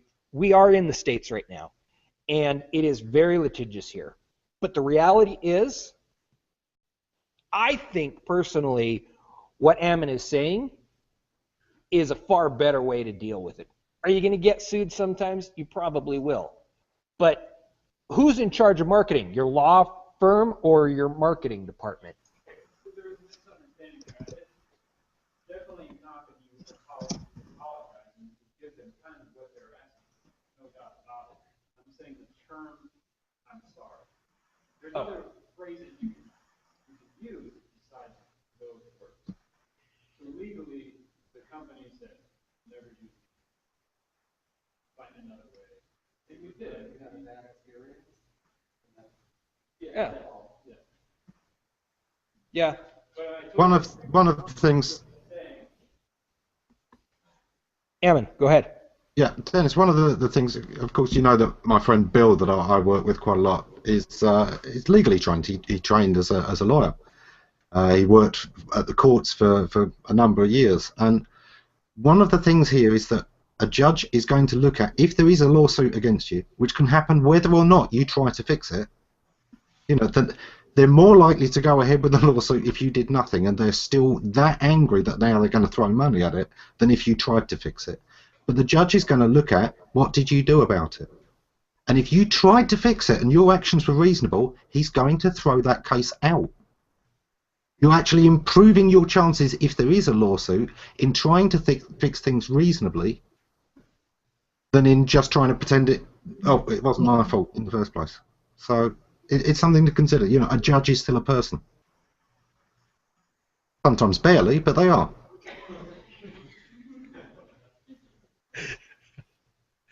Okay.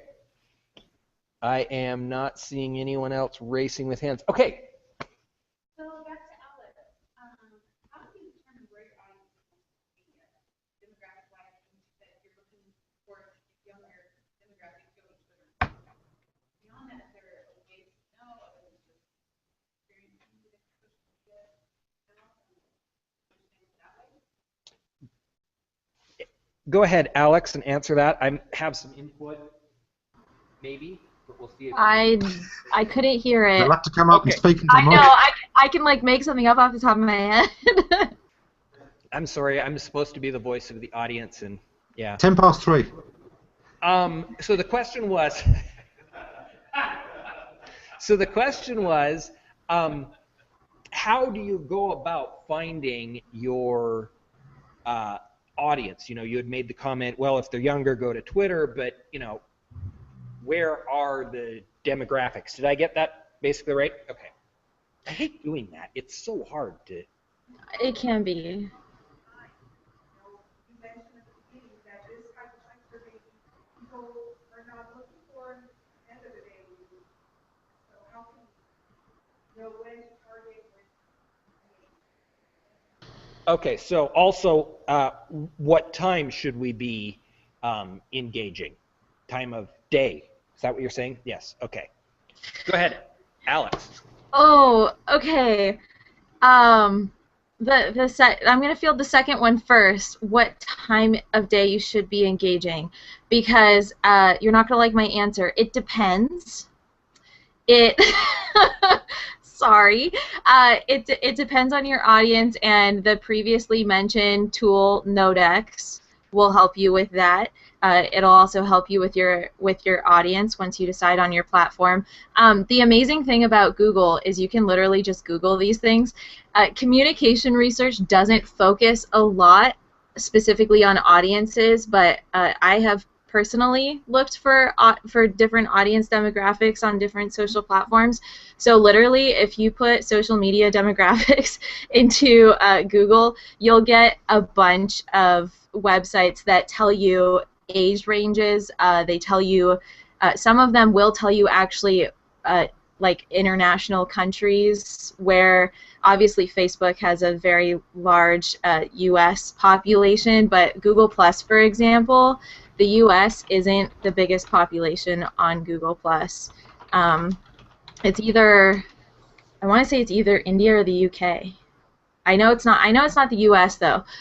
So they'll tell you all the demographics that you need, and it just comes from market research that's already out there.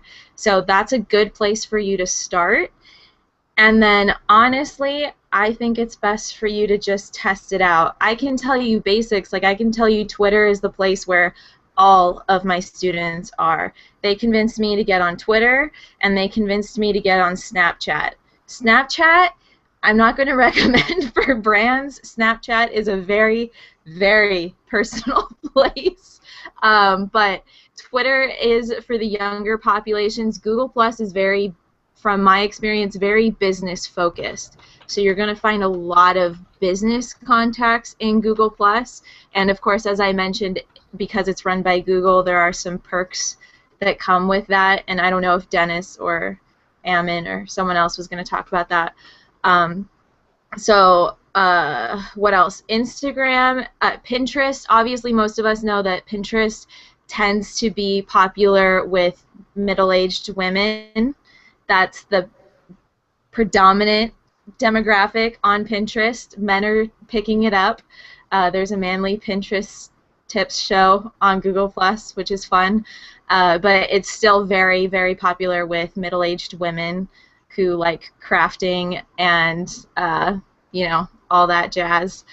And Instagram is interesting. Instagram is kind of, brands do surprisingly well on Instagram, but it is popular with, I would say, like the late teens to mid 30s probably. That's your basic demographic there.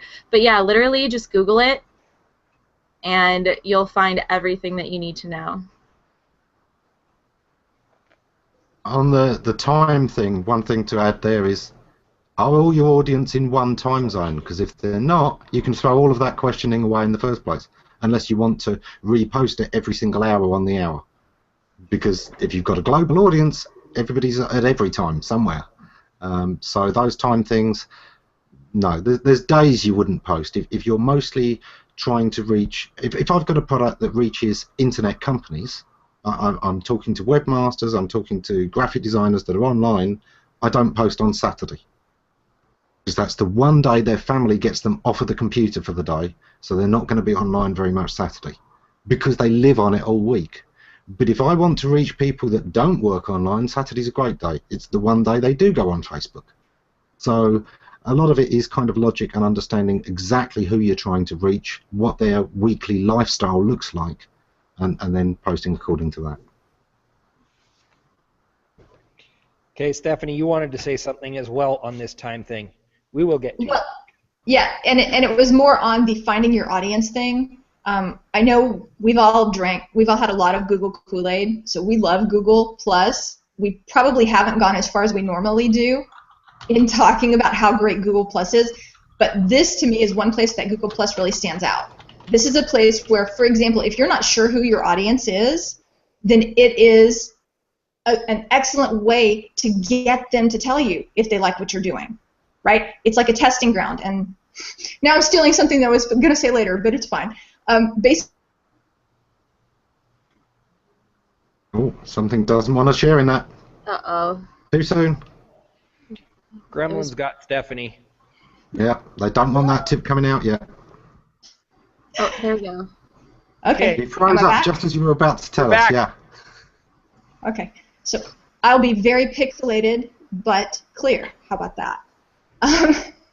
So what I was going to say is you can actually have a post that starts a discussion about your product or service and see what kind of engagement you get. So it lets you see before you ever actually offer for sale your product who's attracted by what you're saying or by the way you're saying it. Okay? So it's like a mini laboratory, if you want to look at it that way. And it's an excellent opportunity for you to get out there and do, Ammon mentioned, listening as market research, but it's also a way to do some product research. Do people that I'm looking to work with really need this type of product or service, or do they actually tell me they need something completely different? So, in terms of, I wouldn't get so focused on when you post and how long your post needs to be and all that kind of stuff until you actually can connect with 5 or 6 real live people who can tell you what they need from you.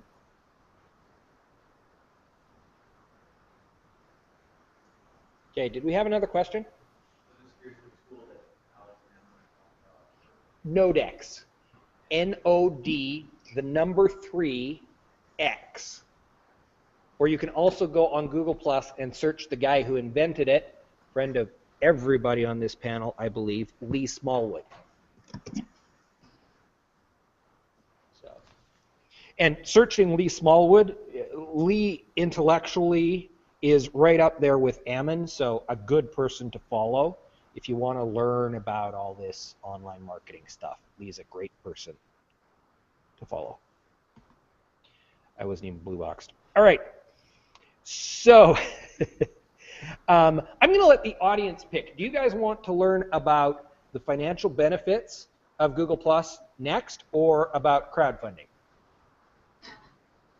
Sorry, Stephanie, you got outvoted. I'm glad you picked that, because Manolis has been saying in the group chat that he's going to run away because I'm Canadian. I don't know what that's all about. But Manolis, take it away. Excellent. So thank you very much. I actually do love Canada. I've been to Montreal and Toronto a number of times. Have a blast over there. But I did not know you were Canadian. So, pleasure to know your nationality. So really the topic I'm going to talk about is crowdfunding. But before I really get into crowdfunding as well, I want to say a little bit of something about Hangouts on Air, because I want to give the practical things that it's done for me and my show that I've had, Reality Crowd TV being the Hangout on Air that I have. The power of Google Hangouts on Air is, number one, kind of like those commercials that even a caveman can do it. It's a very simple process to host a webinar and a show on a regular basis that kills 2 birds with 1 stone. You're not only working on Google Plus, but immediately after this broadcast is over, as Dennis has mentioned, it automatically gets transcribed onto YouTube. So by working on Google Plus, you're hitting 2 social networks at once. So that's killing 2 birds with 1 stone. Second, accounts that I help people with, with crowdfunding, because a lot of people are using Google Plus for crowdfunding. Accounts that have a show versus accounts that don't have a show have so much more viewership on their Google Plus page, and hence more website traffic hits. It's like night and day. If you don't have a show and you're using Google Plus, you are essentially missing out on Google Hangouts on Air and missing out on the greatest benefit of Google Plus is the Hangouts on Air, in my opinion. Can I pipe in just right there on that Sure. point for a second? So, give you an idea, I only have about 1,800 people that follow me, which isn't a huge number by Google Plus standards, okay? But I have almost 1.9 million views on my page, and it's largely because of the number of different shows that I have created over time, and the various tools that go along with that, the way in which you promote the shows and these kinds of things. They create views, they create engagement. You know, it wouldn't be surprising to me if we didn't get to 300 or 400 comments tonight by the end of this show. Try and get a Facebook post that in 2 hours can get to 300 or 400 comments. It's just unheard of. Okay, Manolis, sorry for stealing your thunder. No worries. It was a great point. I noticed how many views you have as well, and I'm thinking, man, you're the hottest thing since sliced bread over there. So another key thing about this is when you can go to a potential, let's say a potential client or someone you want to get to know, or if you go to someone and ask them, hi John Smith, would you like to be on my show? Do you know how powerful that is from a business development standpoint? No matter what you're doing, no matter what your business is, the power of saying, would you like to be on my show to someone, it suddenly gets them all warm and fuzzy inside. People want to be on air, whether they're shy or not. Everyone wants their 5 minutes of fame in the sun. So if you think of it from a business perspective, you can use this as part of your sales funnel in your startup company to say, okay, this guy looks like a potential customer. He's also one of the thought leaders in this particular industry that I'm offering services to. Let me ask him on my show. let me have the conversation for free. And then once he enjoys the experience and he's gotten some more viewership for whatever he's doing, then privately have the conversation. You know, by the way, not only do I do this show, but I also can do this, this, and this. I'm not sure if you're interested, but this is part of what I do for my business. You know, no pressure, but you know, if you have a need in your company, I'd be happy to send you a proposal so you can see what we can do for you.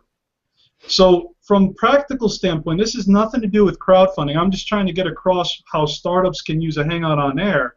Any startup can use this as a sales funnel, a business development tool to reach people who they would have no other means of reaching, simply because you have the question that you could ask, would you like to be on my show? It's really amazing. Let me just take a second and also explain something unbelievable that happens every time one of my clients asks someone to be on their show.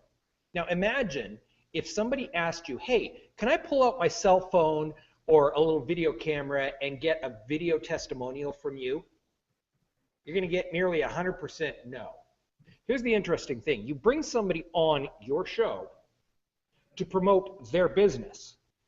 There's a law called the law of reciprocity, and it immediately takes effect. You do something for someone else, they want to do something for you.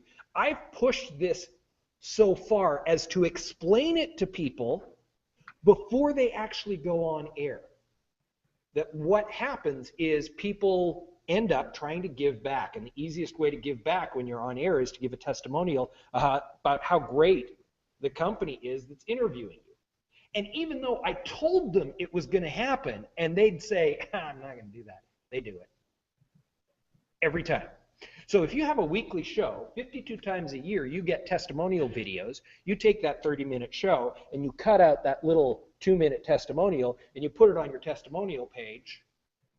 Imagine what your testimonial page looks like compared to your competition. You're back, Manolis.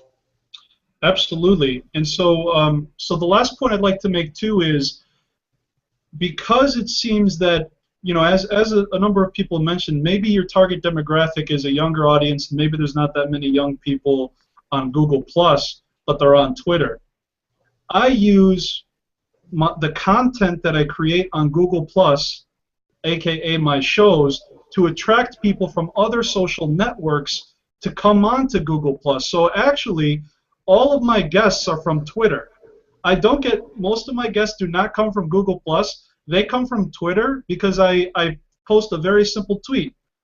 Looking for startups and entrepreneurs to interview on a crowdfunding reality TV show.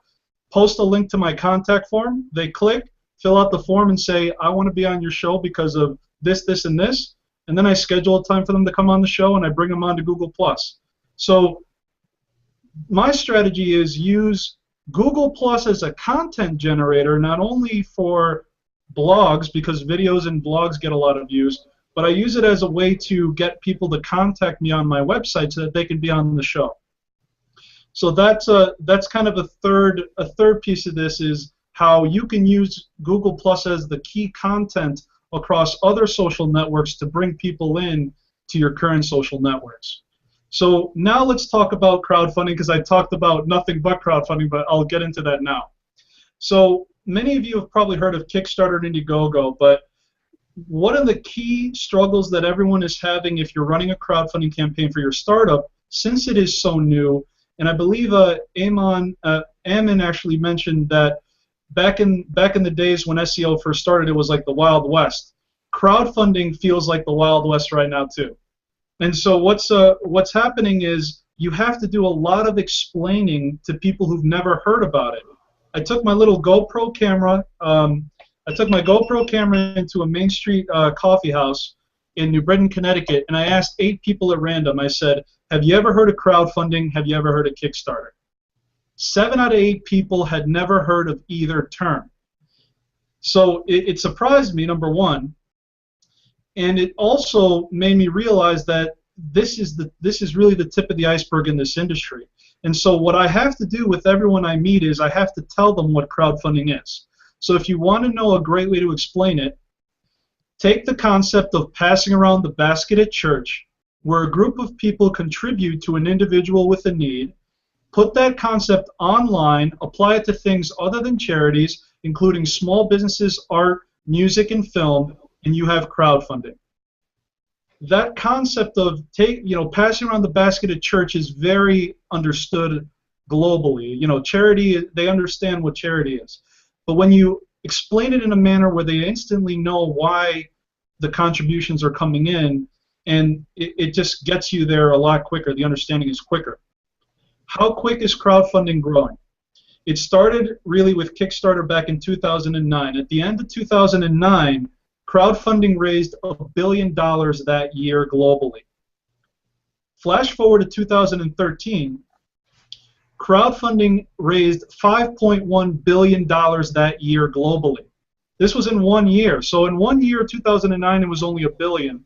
In 2013, it was up to $5.1 billion a year. The World Bank, November 2013, released a report that stated if crowdfunding continues to grow at the rate that it's going, in 20 years it's going to be a $90 billion a year industry. And so it's absolutely incredible how quickly things are growing in this space. So another interesting piece for startups and entrepreneurs trying to raise capital is the government said, holy moly, if it's going this quickly, if it's growing this quick for donation in exchange for a reward, that's kind of what the Kickstarter and Indiegogo model is now. To put it in just an example, let's say you're an artist, a music artist, and you need to create a professional CD.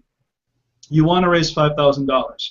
So you go to a crowdfunding website, and what you might offer is a finished copy of the CD for a $25 contribution.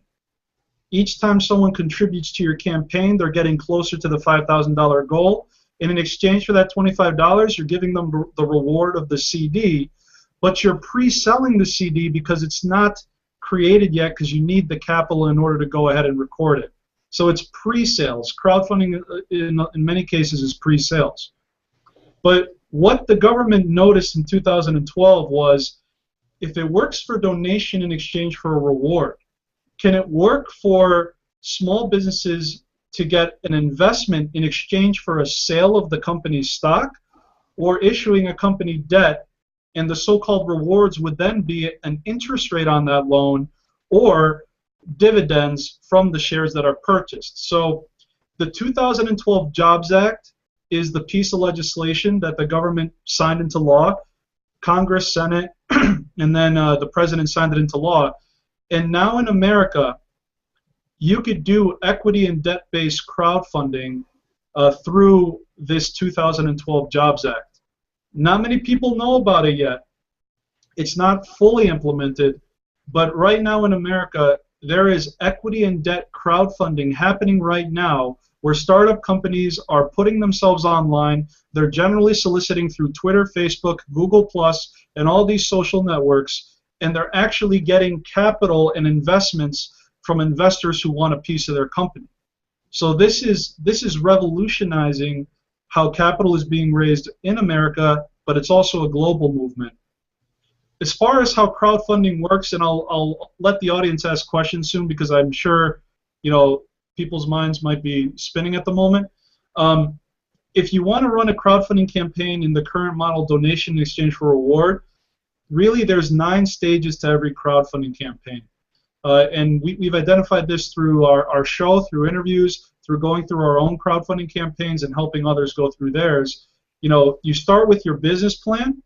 You have to secure your intellectual property, social media, public relations, your campaign strategy, networking and team building, website development, profile and video, and finally fulfillment, which is really the most important, because if you're promising people a reward and you're taking their donation or contribution, you better have all your ducks in a row to know exactly how much it's going to cost manufacturing-wise, and you have to fulfill, otherwise you get into legal issues and you give the crowdfunding movement a terrible name.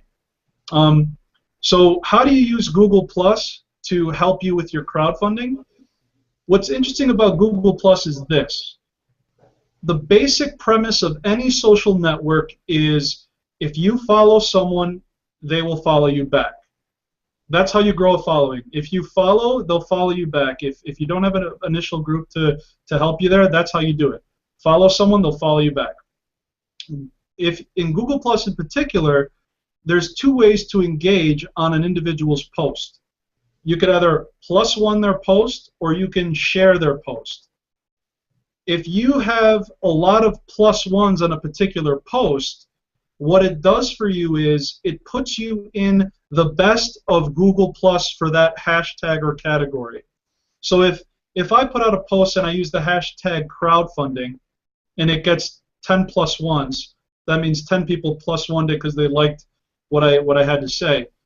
And someone goes on to Google Plus and uses their basic search functionality and says crowdfunding, my posts, if you do that right now, you'll probably see that my post will always show up as the best of crowdfunding because I get 10 +1s every time. So the strategy there is if you're in people's faces, the more impressions you get, the higher likelihood someone's going to like what you have to say, and then that translates into someone donating to a crowdfunding campaign. But the basic premise of liking, sharing, retweeting, favoriting, repinning, the basic premise is the more of those you get, the more people see you. Follow someone, they follow you back, and suddenly, if you do that in a targeted fashion, you target your specific demographic, suddenly you're bringing in leads for your business. One example in particular is I'm helping this coffee shop in Glastonbury, Connecticut. This also has nothing to do with crowdfunding, it's social media in general. They aren't making enough money to afford to renew their lease, and they're only 1 year old, so they might actually lose their business, this coffee shop. They enlisted our help in social media. We are significantly discounting our services because they simply can't afford it. This is more so a passion project for me.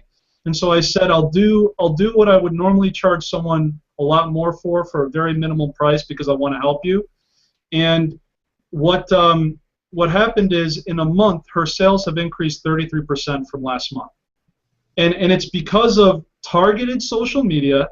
It's because her brand is following people in Glastonbury, Connecticut who never heard of her coffee shop. The brand is tweeting back to people and saying, thanks for the follow, have you ever heard of our Glastonbury-based coffee shop? And they're engaging.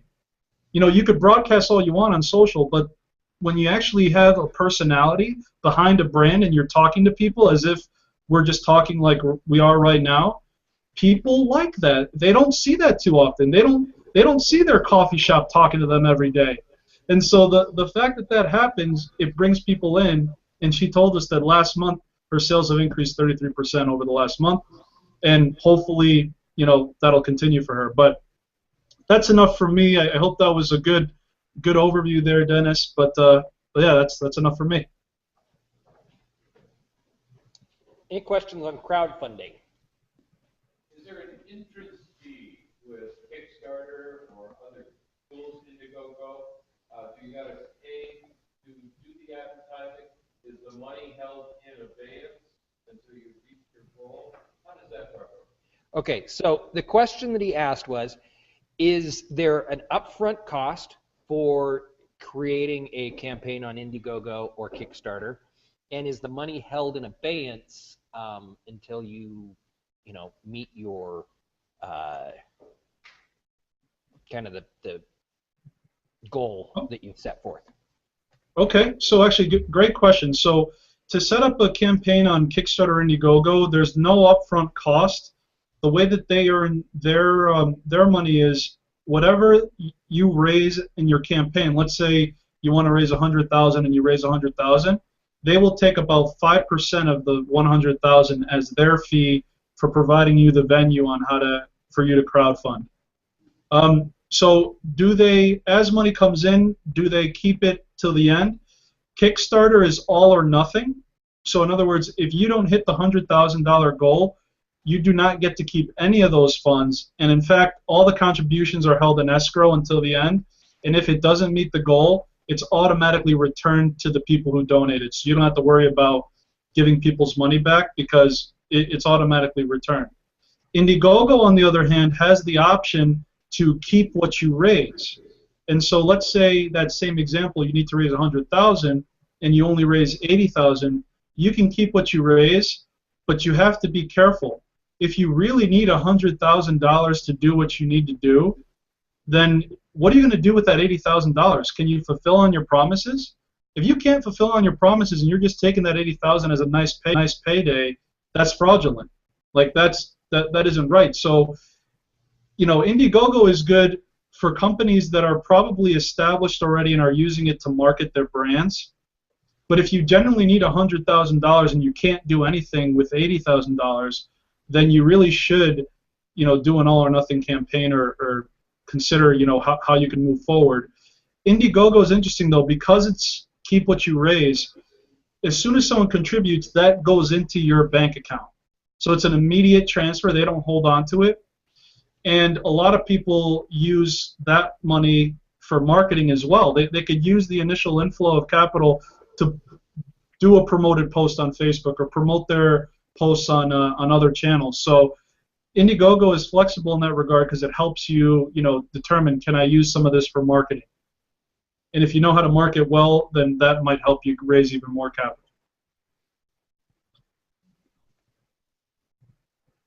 That help? Okay. Any other questions on crowdfunding?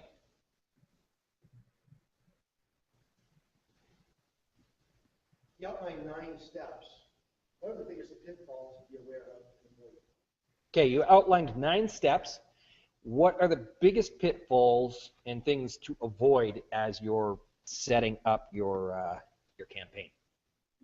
Excellent question. And so those 9 stages, the biggest pitfall is lack of preparation, because I recommend that individuals take 3 to 6 months of pre-planning before they ever hit the fundraise button. So currently a lot of people think, great idea one day, a week later I'm launching a Kickstarter or Indiegogo campaign, and now I'm wondering, why aren't the internet angels coming down to save me? You know, they're not getting the contributions, and the reason for that is that Indiegogo and Kickstarter, they don't do any marketing for you unless you make it to the front page of their website as one of the staff picks or one of the hot projects in your category. How do you get on the front page of Kickstarter and Indiegogo? The magic number that seems to be getting people there is if you've done the 3 to 6 months of pre-planning ahead of time and you are able to raise 30% of your funding within the first week of your campaign launch, that triggers the algorithms of these websites to say, okay, it looks like this is a hot project, let's promote this even further. That's how they can tell that people have done the legwork, because they've organized the effort in such a fashion. They've gone through these 9 stages of crowdfunding, and now they're so focused on focusing the energy within that first week that it helps actually get them on the front page of Kickstarter and Indiegogo. Another interesting piece of this too, though, is initially when crowdfunding started in 2009, journalists and bloggers would write about any project. Nowadays, journalists and bloggers are only writing about projects that are winning. Because they're getting pitched every day by hundreds of different campaigns, they only want to write about a project that has traction. Because if a campaign is trying to raise $100,000 and only $1 is raised after 2 weeks, they're not going to write about that, because obviously it doesn't have mass appeal. But if you've done the legwork ahead of time, the 3 to 6 months of preparation, which is the biggest pitfall, that's when you can get traction, and it makes it easier on everything else. Oh, we got another question. Is there a limit of how many campaigns a company can do, or is there a certain time frame that you have to wait for? Is there a limit to how many campaigns you can do, or a time frame? No, I don't believe so. I mean, maybe on Kickstarter and Indiegogo they might limit you as to how many campaigns you could do per year. But you can go to any crowdfunding site. If one site says you've done too many on our site, you can just go to another one and do it there. There's tons of them. So.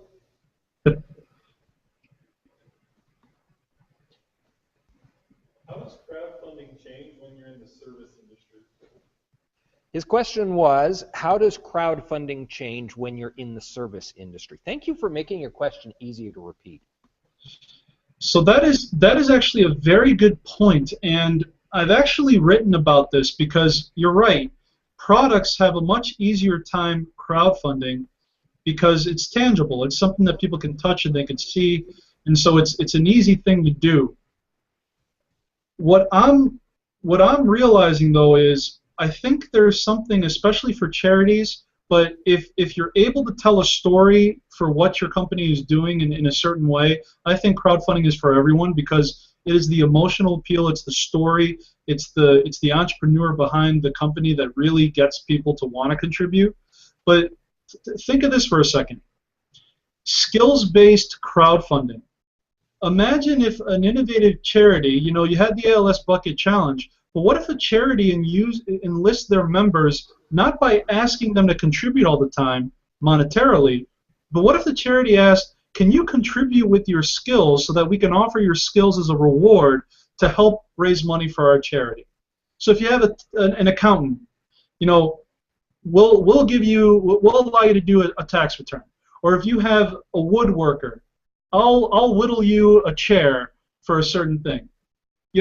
So services, in my opinion, I foresee a crowdfunding platform that mixes crowdfunding with Elance, and it's skills-based crowdfunding where you actually have profiles of contractors who provide services, and the beauty of the crowdfunding movement is you get to see a video. People who don't have a video in crowdfunding, by the way, decrease their chances of success by 75%. So a video is critical. But imagine having a video of a contractor that you're looking to hire for a service. I don't think that is anywhere right now. Correct me if I'm wrong, but if you're able to have a crowdfunding platform for contractors who have videos and you could show the work that they do, you could actually see who they are, see their family, see why they're raising the money. I think for services, it's more so the personal appeal and allows you to show who the person is through video. So I don't think that's out yet. If any of you out there want to create a skills-based crowdfunding platform, I'd be happy to chat with you about it because I think that'd be huge. So I don't know if that answers the question, but you have to be innovative with the rewards. So here's another little bit of an answer. You could always offer an ebook as a reward based on your area of expertise. You can team up with someone else who does have a tangible product and offer their tangible product as a reward for your services as well. So I mean, you can mix service plus tangible by teaming up with another project or another person. So your imagination is the only thing that limits you here. If you could find a way to use your service and provide a tangible reward and are able to articulate why they should contribute, I foresee that someone's going to be able to crack that code, and it's going to be a big deal.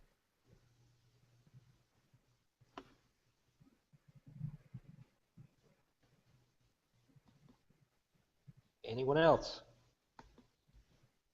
All right.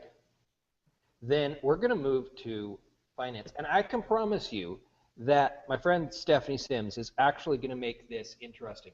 On top of this, I want to point out to you, she's got a really cool website that all of you need to look at, Finance-Ability. It's 25 questions that'll help you figure out whether or not your business is ready for financing and guide you in the process. Really cool thing she's put together. There's my plug. Like, I haven't given you enough plugs over the last 6 months, Stephanie. We do an HOA together, Stephanie and I, just in case you wondered why I banter like this with her particularly. Yes. So thank you very much, Dennis, for the plug and for having me here tonight. And I will do my best to make finance, which is for most people a very dry topic, interesting for the time that we have left.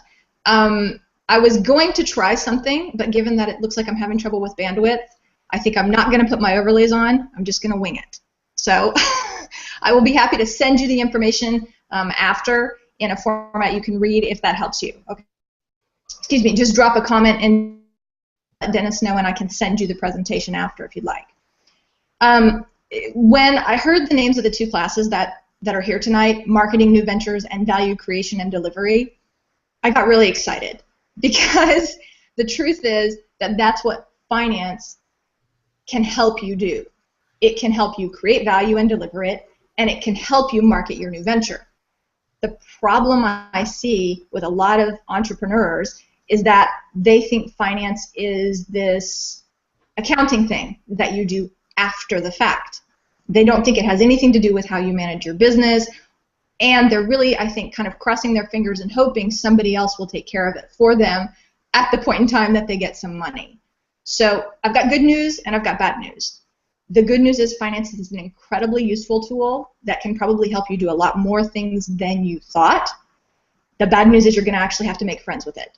You're going to have to understand it to a certain level so that you can use it and so that it actually becomes part of the way that you manage your business. The first thing I want to say is, who's here to make money? How many of you are starting your business to actually make money? Dennis, I can't see them, so I can't see them very well. Click on them. You can. No, I know, but okay. So nobody's here to make money. I see one hand in the back, maybe two hands.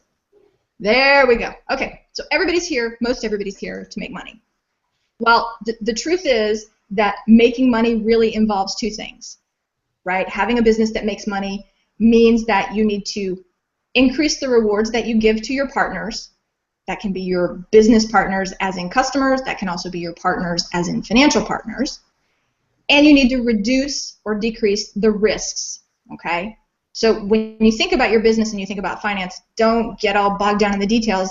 Ask yourself the question, is the decision that I'm about to make going to increase the rewards for my business and my partners, or is it going to decrease the risks? If you don't have a very clear idea in your mind of how this decision you're about to make is going to help you do one of those two things, you probably need more information before you decide, okay? And one of the things that I think is excellent about Google Plus is that it can actually help you do both of those things. So we're kind of focused on the marketing and less on the finance tonight. And the truth is, Google Plus can help you increase the rewards by something we talked about earlier, which is helping you identify your clients, helping you actually get some test cases before you send out a product that you actually ask people to pay for. You can test it. You can see how people react to it. You can figure out how much they're willing to pay for it before you actually offer it. It also lets you do something amazing, which is set up a feedback loop, which I think is the best way to run your business. You want to have a constant feedback loop with your clients. You want to be listening to what they're saying. And while you're doing that, well, to do that, Google Plus is probably one of the best places because they can tell you everything they want. They're not limited to 140 characters or some sort of status update like on other platforms. They can comment 600 lines if they want to tell you everything that you want to know. You do actually have a limit on Google Plus. Let me just point this out. Oh, okay. Yeah, you have a limit, 5,000 characters. So that might be a problem. I don't know. Yeah. How about this? I don't know that anyone on the panel has ever written anything that's gone over the limit. I certainly haven't. I actually did. Well, I didn't really write it. I transcribed an HOA one time that was 7,200 words. Well, I actually paid somebody to transcribe it. And so I had to make 2 posts to get it all on Google Plus. Okay. But generally speaking, you can find out pretty much everything you want to know. So that's one of the huge advantages. And the reason that translates to finance is because what that creates for you and your company is something called social capital. Okay? It's not dollars and cents, but what it does is it can help you get the dollars and cents that you're looking for. Because one, it exposes you to people who might be interested either in investing or in becoming a client of your company that you couldn't have reached otherwise. But second, many venture capitalists, now venture capital is when an equity partner comes in and gives you money in exchange for ownership of your company, they look for social capital. They're much more likely to back a company that's already demonstrated that it talks to its clients, it has a feedback loop set up with them, and that it listens to what they say, than a company that's just out there kind of broadcasting like Alex talked about at the beginning, not really listening, but just sending out their message and hoping somebody bites. So to me, one of the primary advantages of Google Plus is that it helps you increase rewards by helping you build social capital. Does that make sense to everybody? Okay. So we talked about the rewards part.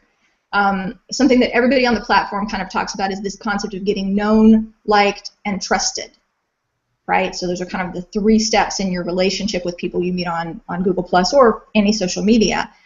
And I really want to focus on the last part, which is the trust part, because ultimately the way that you're going to reduce risk in your business is by having people trust you, right? You're going to develop through all these bits of information that you're giving out, through doing things like Manolis mentioned, which is give it all away. You know, tell people how to do what they need to do for free, then they'll come back to you when they really need help doing it.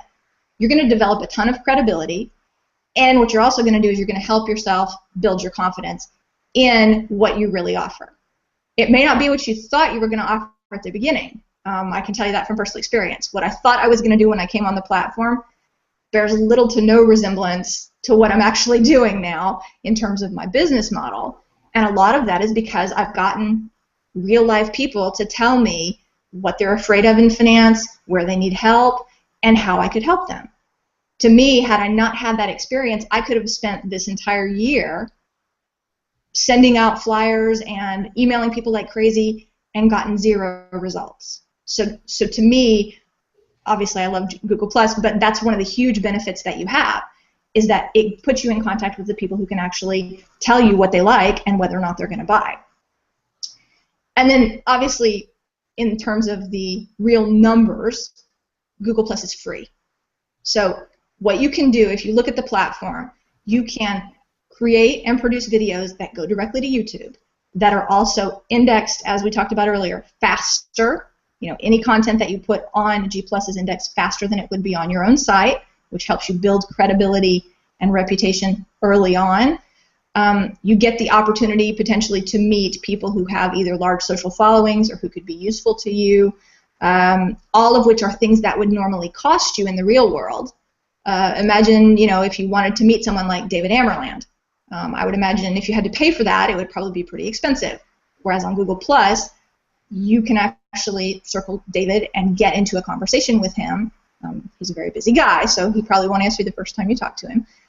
But, you know, that's an opportunity that comes to you for free. Likewise with potential financial partners. You know, there are tons of people on the Plus who are actively looking to invest or to help other people develop crowdfunding campaigns or create investment opportunities. And again, all those people you can connect with for free. So ultimately, I think Google Plus is a great place to start if you're starting up, not only because it's going to give you a great community and because there's this sense of everyone wanting to help you, but also because it's a smart financial decision for your business. It's a platform that costs you nothing and that gives you a ton of advantages which are not only going to help you when you're starting, but could be a springboard that you can use for pushing your business to the next level. So that's my ad for Google Plus. My ad for, we're all getting paid to do this. No, we're not. None of us. We wish we were. No, we're not. Yeah. FYI, David Amerland, who she brought up, what was part of the last class that I did in Cliff's class, so that you understand what she's talking about. David Amerland has like 300,000 followers. He likes to say he's a blogger. He writes for Forbes magazine, but he calls himself a blogger. And he has 5 books on the New York Times best-selling list, all on online marketing. And he joined in the class last time. He would have done it again tonight. I just don't like to overuse his time, because Stephanie and I have him on our show in, what, 3 weeks? October. Yeah. Yeah. So, yes. David Amerland. And you have to follow him. He is the man on a subject called semantic search, which we haven't talked about tonight, but semantic search is Web 3.0. It's the ability for Google to understand the meaning behind the words that are put in. You may have noticed your searches have become far more personalized in the last year or so. That's all semantic search. and this guy knows more than anyone outside of Google. He also said about Ammon, by the way, that Ammon has forgotten more about search engine optimization than anyone else has ever learned. A direct quote from, that's pretty, I paraphrase, but Ammon pretty close, right? Yeah, that's basically because I'm getting old and forgetful. That's all he's saying. Quite rude of him, really. I may look like an idiot when Ammon's talking, but because his voice is so deep and the speakers are going that way and bass is not, I can't understand him tonight. Yeah, When excuses, I laugh like excuses. an idiot, that's why. Oh yeah, he's laughing, I'm laughing too. Okay, sorry. Do we have any questions on the finance point that Stephanie has been making? Yeah. She says how Google Plus is free. Several of you talked about doing HOAs, like shows, implies some regularity. Someone's going to start doing this. What frequency and regularities ought shows in the schedule? Because time is money. Time is money. I'm going to answer that because I think I probably know more about HOAs. I like to think I know more about HOAs than anyone else here. It really is going to depend, to a large extent. Our ghost, we have a ghost comes up and down. It's a time. Okay, cool. There's an elevator like to the stage for all of you out there in Google land, and it just opened, and there was no one in it. Kind of freaky.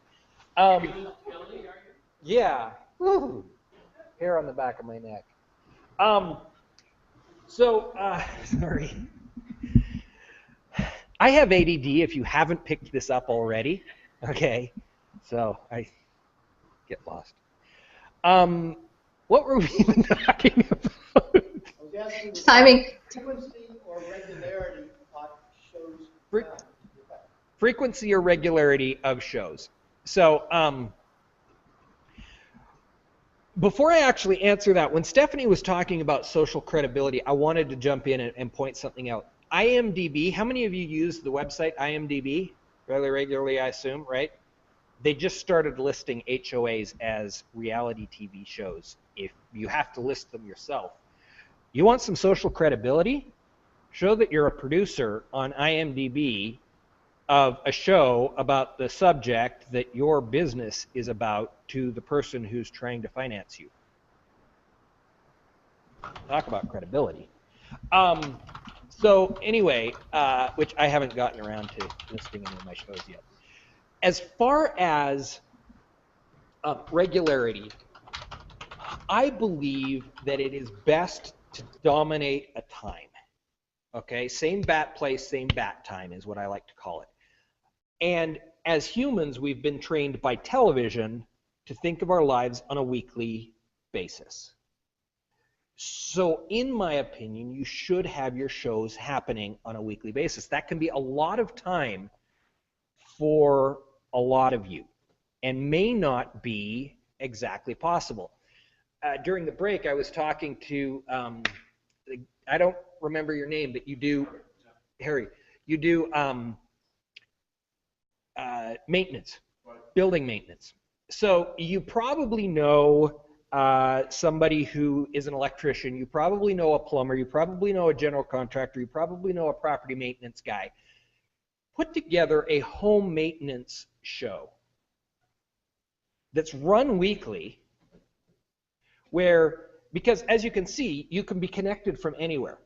One of you is in charge of promotion of the show for that week, and it's mostly about you, and the other people are there to kind of chime in. Okay? And then the next week, it rotates to somebody else, and somebody else, and somebody else, and it's all about home maintenance, but it's not all on your shoulders each week. Okay? You could do that with a donut shop, right? And get a cookie shop, and a cake shop, and a, right? And have this thing all about desserts, or, you know, anything along those lines can help separate that burden, but help you dominate your time. The other thing that's interesting is when you do this, guess what you've just done with your referral network? strengthened your referral network incredibly. Okay, so did that answer your question, Cliff? Does anyone on the panel want to touch on that subject? Dennis, I actually wanted to say that you just expanded my world exponentially by saying that you could list your HOA show on IMDb. I'm going to send out a press release and say the first reality TV show about crowdfunding has just been listed on IMDb. I swear to you, that is huge. Like you just made my day. Well, plus mention me when you do that. Thank you very much. And plus mention Ben Fisher, because that's where it all started for me. Stephanie informed me earlier this week that Zara Altair, hi Zara, Zara's watching right now, got hers listed. Zara learned about it from Ben Fisher. This is how Google Plus works.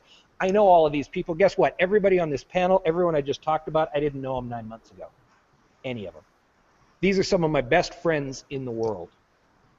Okay? Didn't know any of them. That's the power of this tool to really build actual real relationships, but I digress massively.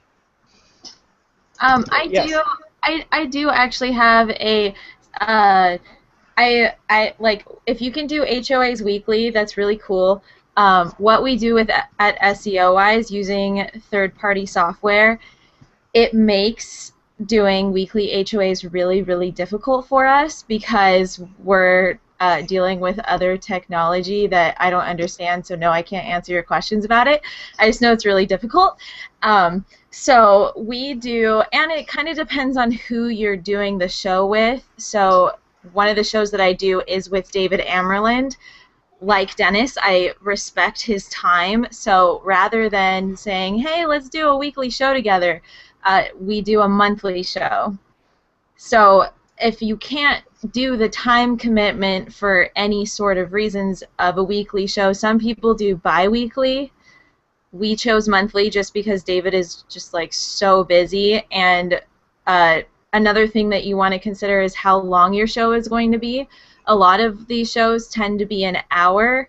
Some of us are finding that a half-hour format can keep the audience for a longer time. So thinking about that too, maybe if you do a half-hour show, maybe you can manage to do it once every week. So that's just something to take into consideration too. FYI, my personal experience has been that a half-hour show is actually more work than a 1 hour show in prep time. Right? A 1 hour show can be very off the cuff, and you got enough time to let it flow. In a half hour, you need to be prepared, or you're going to chop the show off and leave everybody going. What I've wanted to start playing around with is a 15-minute show. I think that's going to just about kill me to produce, but I want to try it. Well, and something else that's interesting, Sherry Narani, I don't remember, she does a 5-minute show, which is a very cool format. And so I think while we're talking about this, you know, you need to maybe be very clear about what you want to do with your show. You don't need to be out there saying, well, I just need to have a show, so I don't really care what the topic or the subject is, I just need to have a show. You need to be very clear about what you want to communicate in your show, and then that's going to dictate how often you do it. It's also going to dictate what the format is. You know, do you interview people? Is it more of a how-to? You know, what it is that you really want the show to provide, the value you want it to provide to people before you get into so much of the detail. And then I think you can also try, you know, something new. You know, I think that's what Sherry's doing, is she's just trying something new to see, do people respond better to this? And again, part of what you're doing online is trying to establish yourself and your brand as something unique and know that you're going to attract the right people for you, and don't worry about attracting everybody else. You know, if it works best for your audience to have a 15-minute show, then do a 15-minute show. Who cares that everybody else does 30 minutes?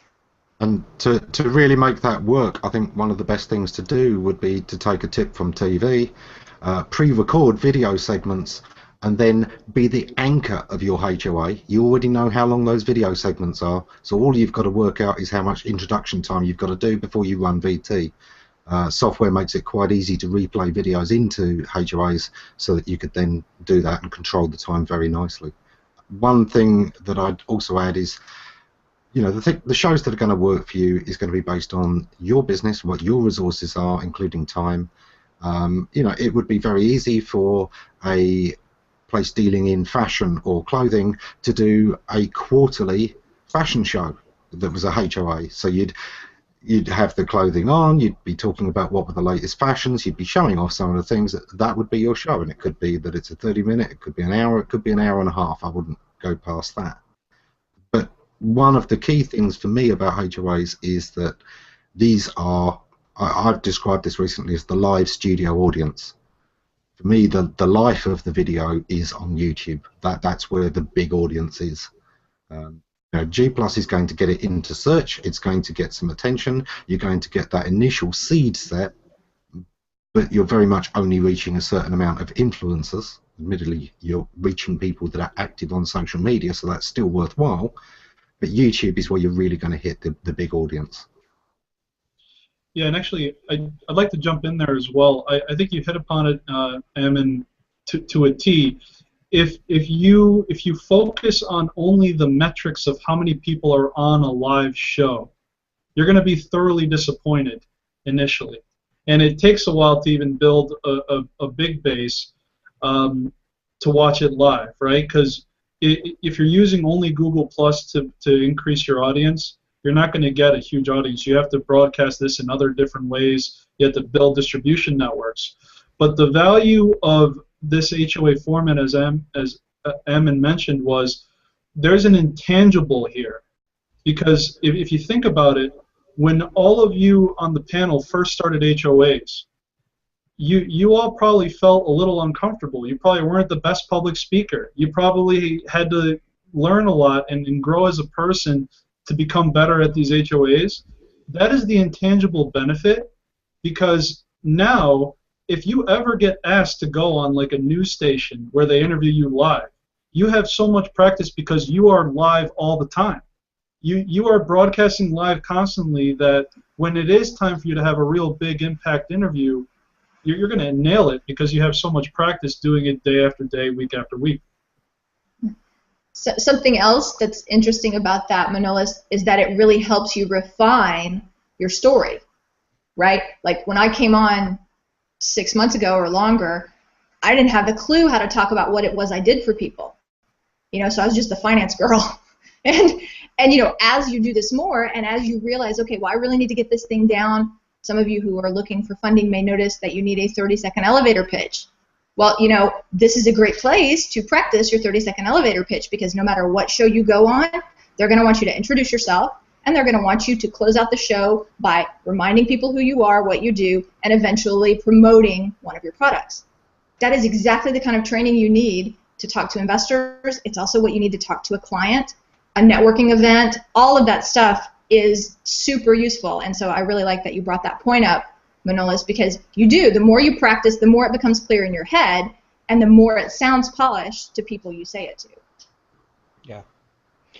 One other thing, another name that I would put out there that you need to follow on Google Plus is Wade Harmon. Wade's got a program that I think is a great program that can help you potentially make change your HOA's concept. He has put together a really great package to show you how to sell sponsorship space on your HOA. Completely comprehensive. And so it may be that this is a slight source of income for you, or it may even be completely a source of income. It depends on how you put it together, but I would add Wade to your list of who to follow. Yes?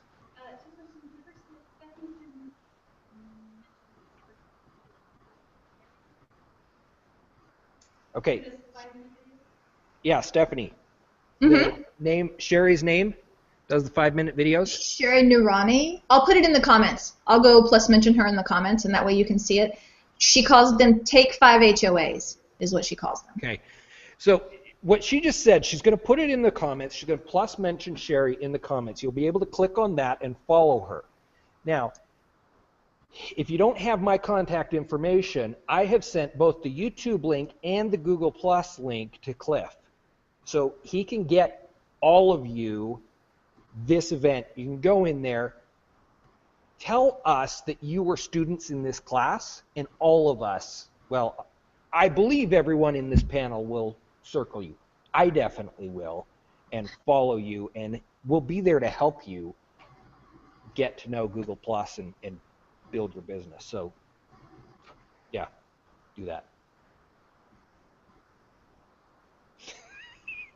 Okay. The truth is, Stephanie was talking about becoming more polished.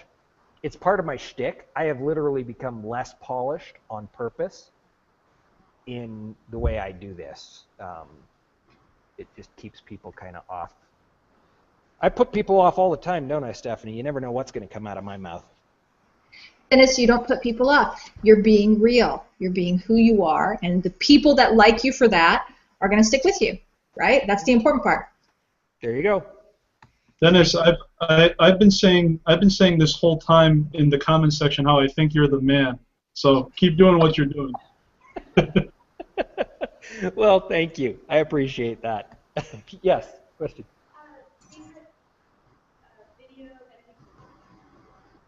I'm going to go with Ammon on this one. Now, for live broadcast, I already know Ammon's going to tell you to use XSplit. Okay? And I agree with him completely. Having played around with a lot of them, XSplit is what he's using to do this backdrop. Ammon, say something so they can see your backdrop. Yeah. The advantage with XSplit is that it allows me to set up multiple scenes, and I can swap between at need, and I can present other things within my video. It just gives me a lot more control over the kind of message I'm sending in the subliminal clues. And as you saw earlier, I was able to quickly, call up screen regions, do other things within the Hangout. So it gives me a great amount of control over exactly how I'm able to present myself. And because I do HOAs for business clients of mine, I'm a marketer, it allows me to very quickly swap between branding for lots of different clients if I need to. And it's simple and it's easy to use. I know John from SEO Wise is a total tech geek, and if you're really into the tough stuff, he can do things that XSplit just plain can't do. He can freaking make an HOA look cooler than ESPN, okay? But there's a reason why they don't do a weekly HOA. That program is really hard. I've sat with him on the other side waiting for hours for stuff to get coded properly. So now, as far as video editing, post-production video editing, believe it or not, there's a ton you can do just in YouTube that's pretty reasonably powerful. Ammon, do you have a favorite post-production? For post-production, I actually agree with Scott Scowcroft's version. Now, Scott is somebody that's famous on G+ for doing what he calls the Scott treatment, which is taking bigger videos and taking out the nuggets and presenting them as separate little things that can catch on and be shared. Certainly, if you were doing a HOA, you'd want to take out sections of it. And for it to really succeed on YouTube, yeah, you do need to kind of bring it into 15-minute sections at most, because people are used to smaller videos on YouTube. Lightworks is a free, fully featured editor that is used by Hollywood. Actual feature films have been done on this. It's free. It's good. Lightworks. Yeah, the free version will work perfectly for anything you want to upload to YouTube. You'd have to have the paid version to work with other formats very easily, but for free, you can do everything you'd want to for YouTube. Okay. Any other questions? Okay, I'm going to close this down because it's 9 o'clock. I am going to put it out there. Anyone here in the live audience, once the cameras go down, as you can see, it's going to take me a while to take stuff down, and I love to talk. So feel free to ask me any questions you want, and make certain that you put a comment in the event so that we can all get to know you better and help you in everything you're trying to do. Just before you shut them down, please let's give a round of appreciation to all the panelists.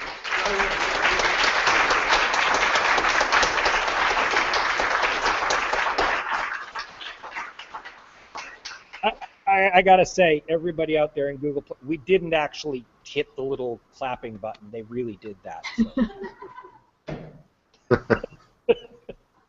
Thank you. Thank you all. Thanks a lot. Thank you. Dennis, for those that are the actual startup companies there, if any of them do want to see a HOA in action and something they can do with it, do send them over to Ammonize, because I'm looking for new people. And one thing I've been doing with HOAs is giving away a live hour of marketing consultancy. This is every Sunday he does this. If I'm not mistaken, you actually are giving away technically 2 hours, right? 1 hour where you pummel them with questions, and then a week later you come back and propose to them how to run with it. It's because I wanted the consultancy to be as genuine as possible. So, you know, the first show, the consultancy show, I'm focused entirely on the client and not the audience. So the following week, I then follow up with, you know, the things for the audience of explaining what was done in a bit more detail, why I recommended one thing over another. But it's absolutely the same thing I do for money. It's just I give it away in exchange for the publicity. So, and partly that's simply because one of the things I think that struck me most is that so many small companies didn't realize that consulting was something they could afford. So just FYI, this guy charges about 200 pounds an hour for his consulting time. And he has just offered to everyone in this room, if you're trying to start a business or you're working with a client as part of your project to help them start a business, to give you 400 pounds. That's nearly $800 worth of consulting, plus you're on a YouTube video and you're marketed. Don't pass this up. Okay? Was I clear enough? Okay. Ammon, I love you, and you can send me the check later. All right, I'm going to close this down. Thank you so much, guys. Really appreciate it. Cliff, thank you. Thank you, Dennis.